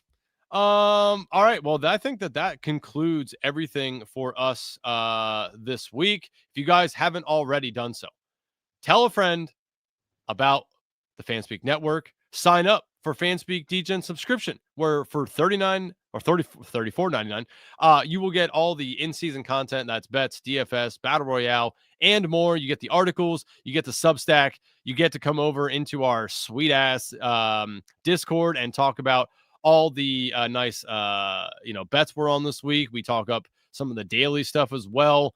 It's just spitballing strategy for the week. So make sure you get signed up so you can join us in the Discord. I will be trying to put more plays in the Discord as well for this week once I take a little bit deeper of a dive on the week. So appreciate all you guys hanging in there with us. Steve, anything else for the people? Anything special coming up next week that you want to hit on at all? Well, this is for those playing best ball. This is the last week until we get to the playoffs. So definitely a lot of things riding on this week to see what our final advance rate is. And then, next week, Megan and I are going to probably do a show, just talking about, all about best ball playoffs and everything. So we haven't decided a day yet, figuring that out. But just really looking forward to it. Good luck to everyone. This has been a long, tough year, tons of injuries at every position. So hopefully we get some good, fun, healthy teams through, relatively healthy, teams through that we Oh, can wait. all root on. Oh, Meg yeah, wanted me to wanted. pull up. Yeah. Thank God you were saying that. All right, hold on. Let me pull up here and see if I can go to and again, I said this on a Wednesday, but you can call me the fantasy reaper this year because my best ball teams have been crushed by by injuries. So advance rate not where it should be. I'm not used to being this low overall. I mean, overall it's not bad, but in BBM it is not good. It has just been absolutely crushed, unfortunately. So it is what it is. Why can I never find it on here? It's under live up top. Oh, that's right. Yeah, I'm usually a phone guy. All right, And best then ball, NFL. All right. So let's see if we have any. I labeled them. Hold on. You know what? I'll check on my phone so that I don't have to go through all this with everyone and see it. But hold on. Pull up here. I think we definitely have what did we do? We do pick 6. No, right there. Stream with Steve. That one's in 5th. Can we get it? The one below it's in 4th. Maybe that is. Yeah, we can't go there. We can't get there. The 4th, no, definitely not. Jesus H. FK. Yikes. Yeah. And this one's in 6, so definitely not. So none in the pick 6. I know we also did pointers, I believe. Oh yeah, that one's in 10th. Stream with Steve. Not great, Steve, on that one. We also did pugs. Yes, this one is advancing. So we do got this one here. Team is Justin Herbert, JJ McCarthy, Jackson Dart, which, I mean, Herbert and Dart, fine. McCarthy's at least playing, but not great, Bob. Jonathan Taylor, Breece Hall, David Montgomery, Travis Etienne, and Devin Neal. That's a good team. Yeah, overall, not bad there. I mean, David Montgomery at least got some points this week for us, so we're already in there. Wide receivers, Justin Jefferson, which if this is the week that he can go off, Steve, this might be it. DK Metcalf, Matthew Golden, yuck. Jaden Higgins, that's fine. Trey Harris, Pat Bryant, Keenan Allen, Darius Slayton. So, a little lackluster, but some guys that are fine. And then tight ends, Trey and McBride, and Isaiah Likely. What's interesting about that, it's a very healthy team right now. It is. Like, there's no major injuries. I mean, there's some guys who are tied to some bad quarterback play, but no major injuries. So. Yep. Yeah. And running backs have been pretty good for us overall there. So not bad. So that one is, we are 80 points ahead essentially. So, I mean, good. Probably fine. Yeah. Let's see here. What else have we done together? I think we did. Did we do any a couple badge bros? Yeah. Here's one that's in 3rd, but we can't get there. We're 100 back. Yeah, I don't think we're Stream with Steve 5th. Definitely not going to get there, I don't think. No. Oh my God, 1910. Good score. All right, let's see here. I think we did. Did we do one of those MMGs? Yeah, but I'm not advancing any of them. I doubt.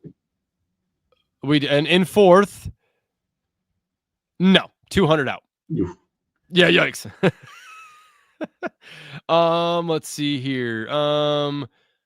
Pointers. Oh yeah, no, I already went to that one. That wasn't good. Hound Dog? Nope. No hounds. Bruni and I came on once, and him and I did a poodle together, which is pretty good. This one should be advancing. I mean, we're 100 up, but it's Patrick Mahomes, CJ Stroud, CMC, Jonathan Taylor, and then Tajay Spears is live, and then Najee Harris and Braylon Allen. So 3, okay. Yeah. Terry McLaurin, Xavier Worthy, Roma Dunze, Jerry Jeudy, Jaden Higgins, Quentin Johnston, Keenan Allen, and then one of my only MVS shares. Thanks, Bruni and Steve.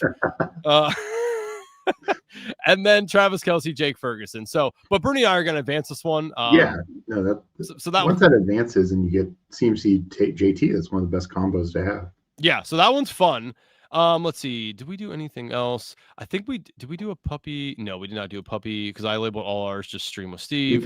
We did some rookie sophomores, but I know that's been brutal. Here, we did a Schnauzer too, which we should. Oh yeah, we're definitely advancing that one. Yeah. I mean, we're 100 and some. So this team is Jalen Hurts, Jared Goff, Justin Herbert. That's like good. that. Jahmyr Gibbs, Jonathan Taylor, Alvin Kamara, Rashad White, Taj Brooks. So, I mean, Kamara, Taylor, I mean, Gibbs and Taylor is fantastic. Yeah, and I mean, look at Kamara what should be. Gibbs just I think did. he'll probably be back after this week. So Yeah, we're not going to need him now. I mean, we're already advanced, and plus Gibbs just scored 3 touchdowns, so we're good there. Devontae Adams, check. Jamison Williams, Ricky Pearsall, Trey Harris, Cedric Tillman, Demario Douglas, Darius Slayton, Tutu Atwell. Yeah, so wide receivers. I mean, Slayton is now getting. I mean, you got Adams and Williams. I mean, those two together are good. Hopefully, Ricky starts getting more involved after the bye, and then maybe Slayton. I mean, Slayton had a good game against the Patriots, but Slayton and Douglas can randomly pop their heads up and have like big games. So I'm fine having those guys on there. And then TJ Hawkinson and Jonnu Smith, which you don't love it, but again, we got Jonathan Taylor and Jahmyr Gibbs. Yeah, and that's the thing. Like that could be what just gets us there. Jonathan Taylor, Jahmyr Gibbs, and Devontae Adams. I mean, the number of touchdowns between those three guys is insane. Yeah. So, and plus the Hurts, Goff, and Herbert, that feels nice. I like that. I mean, all these guys, look, they're so consistent for scoring for us. 115, 115, and 112. That's crazy. That's awesome. So yeah. So doing very well there. Here we're in third. Do we have any shot? Okay. We're only a little behind here. We do already have 41 points. So what do we have? Burrow, Drake May, Rodgers. Damn it. Drake May. Drake May has scored 225 points and Rodgers 50. And then, of course, Burrow, nothing. But hey, I mean, if Burrow has a big week, I know May's on bye, unfortunately, but, he has a big week. Like, we'll have to see who we're competing against. But yeah, no. So that's fun. Again, we already do have 41 points on the week. So Gibbs obviously is, most of that, if not all. Gibbs, Kyron Williams, RIP Cam Scatterboo. I bet you when you look at your teams, you say that a lot. RIP Cam Scatterboo. You know how many teams I have with Scatterboo on where he is still my third most scored running back, and I'm like, oh my god. Yeah. What could have been, Steve? What could have been? Roshan Johnson, Will Shipley, Taj Brooks. So let's go Kyron and Jahmyr Gibbs. T. Higgins, DK Metcalf, Calvin Ridley, ouch. Matthew Golden, ouch. Jaden Higgins, Kyle Williams, Keenan Allen. Okay. I mean, Keenan Allen and Jaden Higgins has gotten a lot more usage lately. He is. So yeah, and scoring touchdowns now. So like that's good to see. And then tight ends, Pat Freiermuth and Jake Ferguson. Yeah. I mean, Ferg was okay, We could get there. I mean, we're only 19 points out. Look at the second place team. McCarthy, Darnold, Zach Wilson. So, I mean. God. Yeah. As long as Darnold doesn't have a big game, we should be getting some big quarterback points there. Devon Achane, James Cook, Ken Walker, Najee. So he has two guys that could get some really, really nice games for him. Yeah. So we'll see. But Kyron could also have a really nice game. I mean, that's not out of the realm of possibility. So no, exactly. Malik Neighbors gone. JSN, Jordan Addison, Jaden Reed, Egbuka, McMillan, Cedric Tillman, Alec Pierce, Yoshi Voss. So he has a couple guys in here that could score some big points. I mean, JSN right now, because I don't think Reed's. I haven't seen the latest on Reed, but I got the impression he wasn't back this week. So it's like JSN and Egbuka. I mean, maybe Addison pops off against us, but I'm not too scared. So, and then tight ends Hawkinson and Kraft, which just Hawk, which we have Hawk also, right? Correct. So. Wait, no. Never mind. We have Ferguson and Freiermuth. So I'm gonna say it's like we can't have Hawk. But I mean, honestly, like if Burrow has a big game, like we are, and again, we're only 19 points back. So in contention. Contention. All right, so that was Schnauzer. Oops. Did we do Schnauzer ones together at all? I can't remember. I think that was done before you and I started to. No, we don't have any there. Yeah. Let's see what else we got here. I hate that it keeps closing that out. It's so annoying. I know we didn't do it. I don't think we did any little Dalmatians either. No, those were all. Yep. Nope. Because that thing opened and closed immediately. Mini best ball. Did we do any pick sixes? Fifth and fourth. We looked through that one. Rookie sophomore. Yeah, rookie sophomores. Oh, here's one. Oh yeah, Steve, that's right. You're the highest one we have. 994, Steve. Check us out. Absolutely dominating. Bo Nix, Caleb Williams. Oh, Steve, that's why. Yes, thank God we came to this one. Steve, do you remember when you froze out on stream? Yeah, This my power went out. Yeah, My power this is went out. the Yeah. draft. This is the draft. Because I remember sitting in there, I'm like, Steve, we're going to take Jalen Milroe just in case Sam Darnold stinks. Are you okay with that? And you're just sitting there, I'm like, all right, thanks for not saying anything. All right, so Bo Nix, Caleb Williams, Jalen Milroe, which, Steve, could you imagine a scenario where Sam Darnold gets hurt and they're like, you know what? We don't need to see no Drew Lock. We know what he is. Let's turn to Jalen Milroe and see what happens. Steve, there's a universe where Jalen Milroe could come into play for us. Just pointing that out there. I bet you Jalen Milroe, we could be the only team in the playoffs for rookie and sophomore that has Jalen Milroe. Just saying. Pointing that out there, Steve. It's nice to be different. All right. Ashton Genty, Cam Scadaboo, Dylan Sampson, Jaden Blue. So Genty at least live, Sampson at least live. Like just to your point, like Cam Scadaboo hasn't played since week 8, and he's got just 40 points behind Genty. Yes. Yeah, I got a lot of Cam Scadaboo and rookie and sophomores, and it was looking really, really, really good. Oh, early on, dominating rookie sophomores. Now oh my God, Steve! I think I was advancing this for a while at 70% clip. I have 19 teams, and then that happened, and then it has slowly fell off, but still pretty good advance right here. So, yeah, Jaden Blue dead. Tet McMillan, Xavier Worthy, Rome Odunze, Trey Harris, Tyler Warren. Yeah. I mean, so good wide receivers.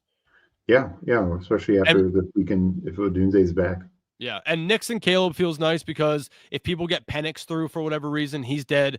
Jaden could easily be pulled out. I mean, you know, if they lose again, like how long are they really going to let him play? You know what I mean? So not having Jaden actually is, I don't kind of really want Jaden too much in this because if they lose, I don't know that they continue playing him. Well, it's kind of like, yes, you can get like a Cam Ward team through, but it's like the other quarterbacks are JJ McCarthy, Cam Ward. Like you said, Penix is already out. Yeah, Tyler Shuck, Dart. You know, and it's like just there's not a lot out. Like essentially it's May, Nix, and Caleb Williams are the 3 like good quarterbacks this year. So we have 2 of them. Yeah, so that team's really good. 994, we're definitely advancing there. Let me see. Do we have any other advancing? We do have a second here. Is this anywhere near? Nah, not in rookie and sophomores. That's really hard to make up. So probably not there. And then Steve, you know what's funny about this one? So here's our 4th place team. Okay. Do you remember the 3 quarterbacks we drafted? Yeah, wasn't it was Daniels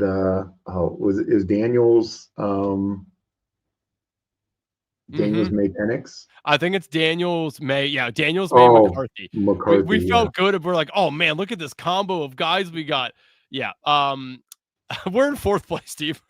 Well, the big problem was Hampton getting hurt. That team. Yeah. I mean, we had Henderson, but he came on real late. Travis Hunter died. Golden stinks. Burden doesn't get used. Kyle Williams, like Jack Besh. Yeah.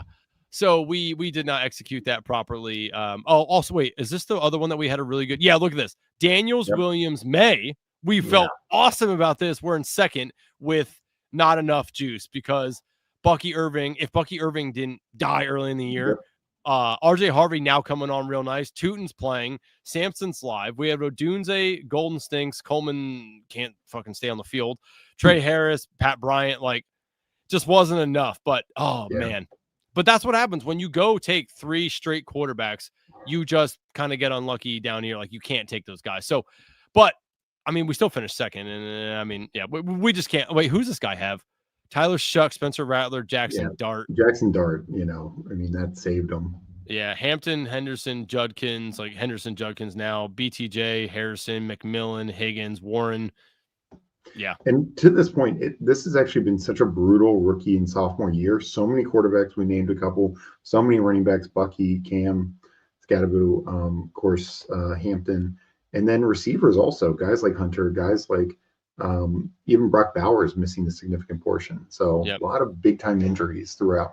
Yeah. I'm currently advancing 7 of the 19 here. I do have this one's really close, only 10 points back here.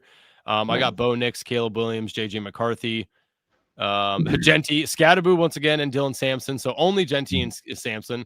Tet McMillan, Higgins, Trey Harris, Burden, Coleman, and Loveland. So some guys. I don't know who Go Vikes is, but he has Drake May, who doesn't play. He has Dart, who's not playing. and then Tyler Shuck. So I only got to worry about Shuck. So I think I can potentially, he has Irving and Henderson, which is going to score him some points.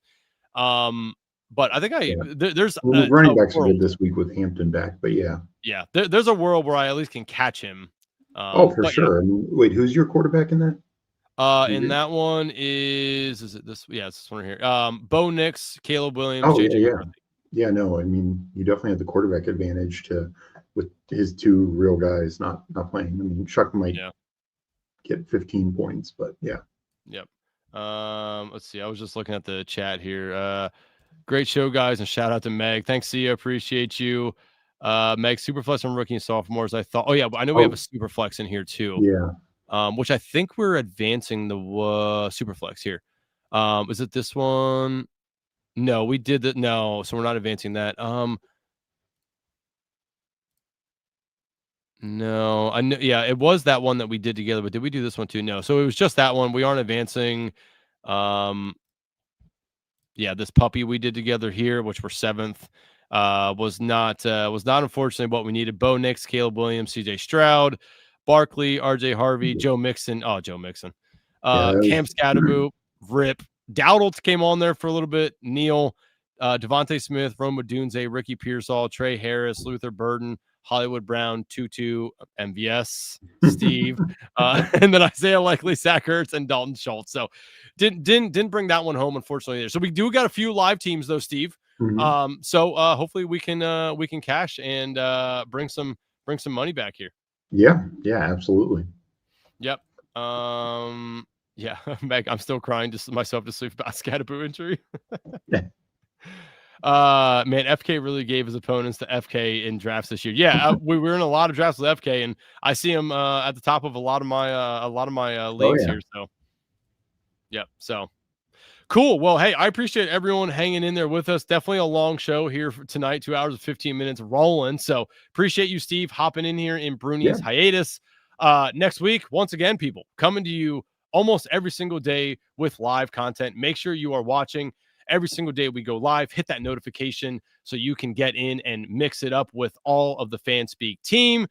Bruni and I, once again, we'll be back Wednesday night and then Friday night for Degen Dads. Meg, I'm sorry, Steve, you and Meg are back Thursday, and are you guys on Tuesday?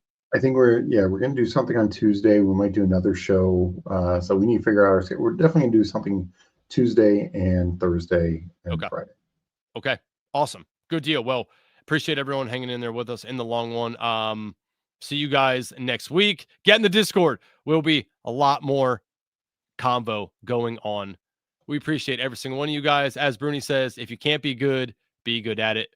We'll see you. It ain't just the wins, it's the ride, the vibe. Degen Dads forever, keep the dream alive. Degen Dads, Friday night bangers. Touchdown props flying like a Vegas Ranger. From best ball streets to the prop bet throne. Stacking green tickets, we never grind alone. Degen Dads, turn the slate to gold. High risk, high reward, watch the story unfold. 9:30 Eastern, YouTube lights flash. Degen Nation rise.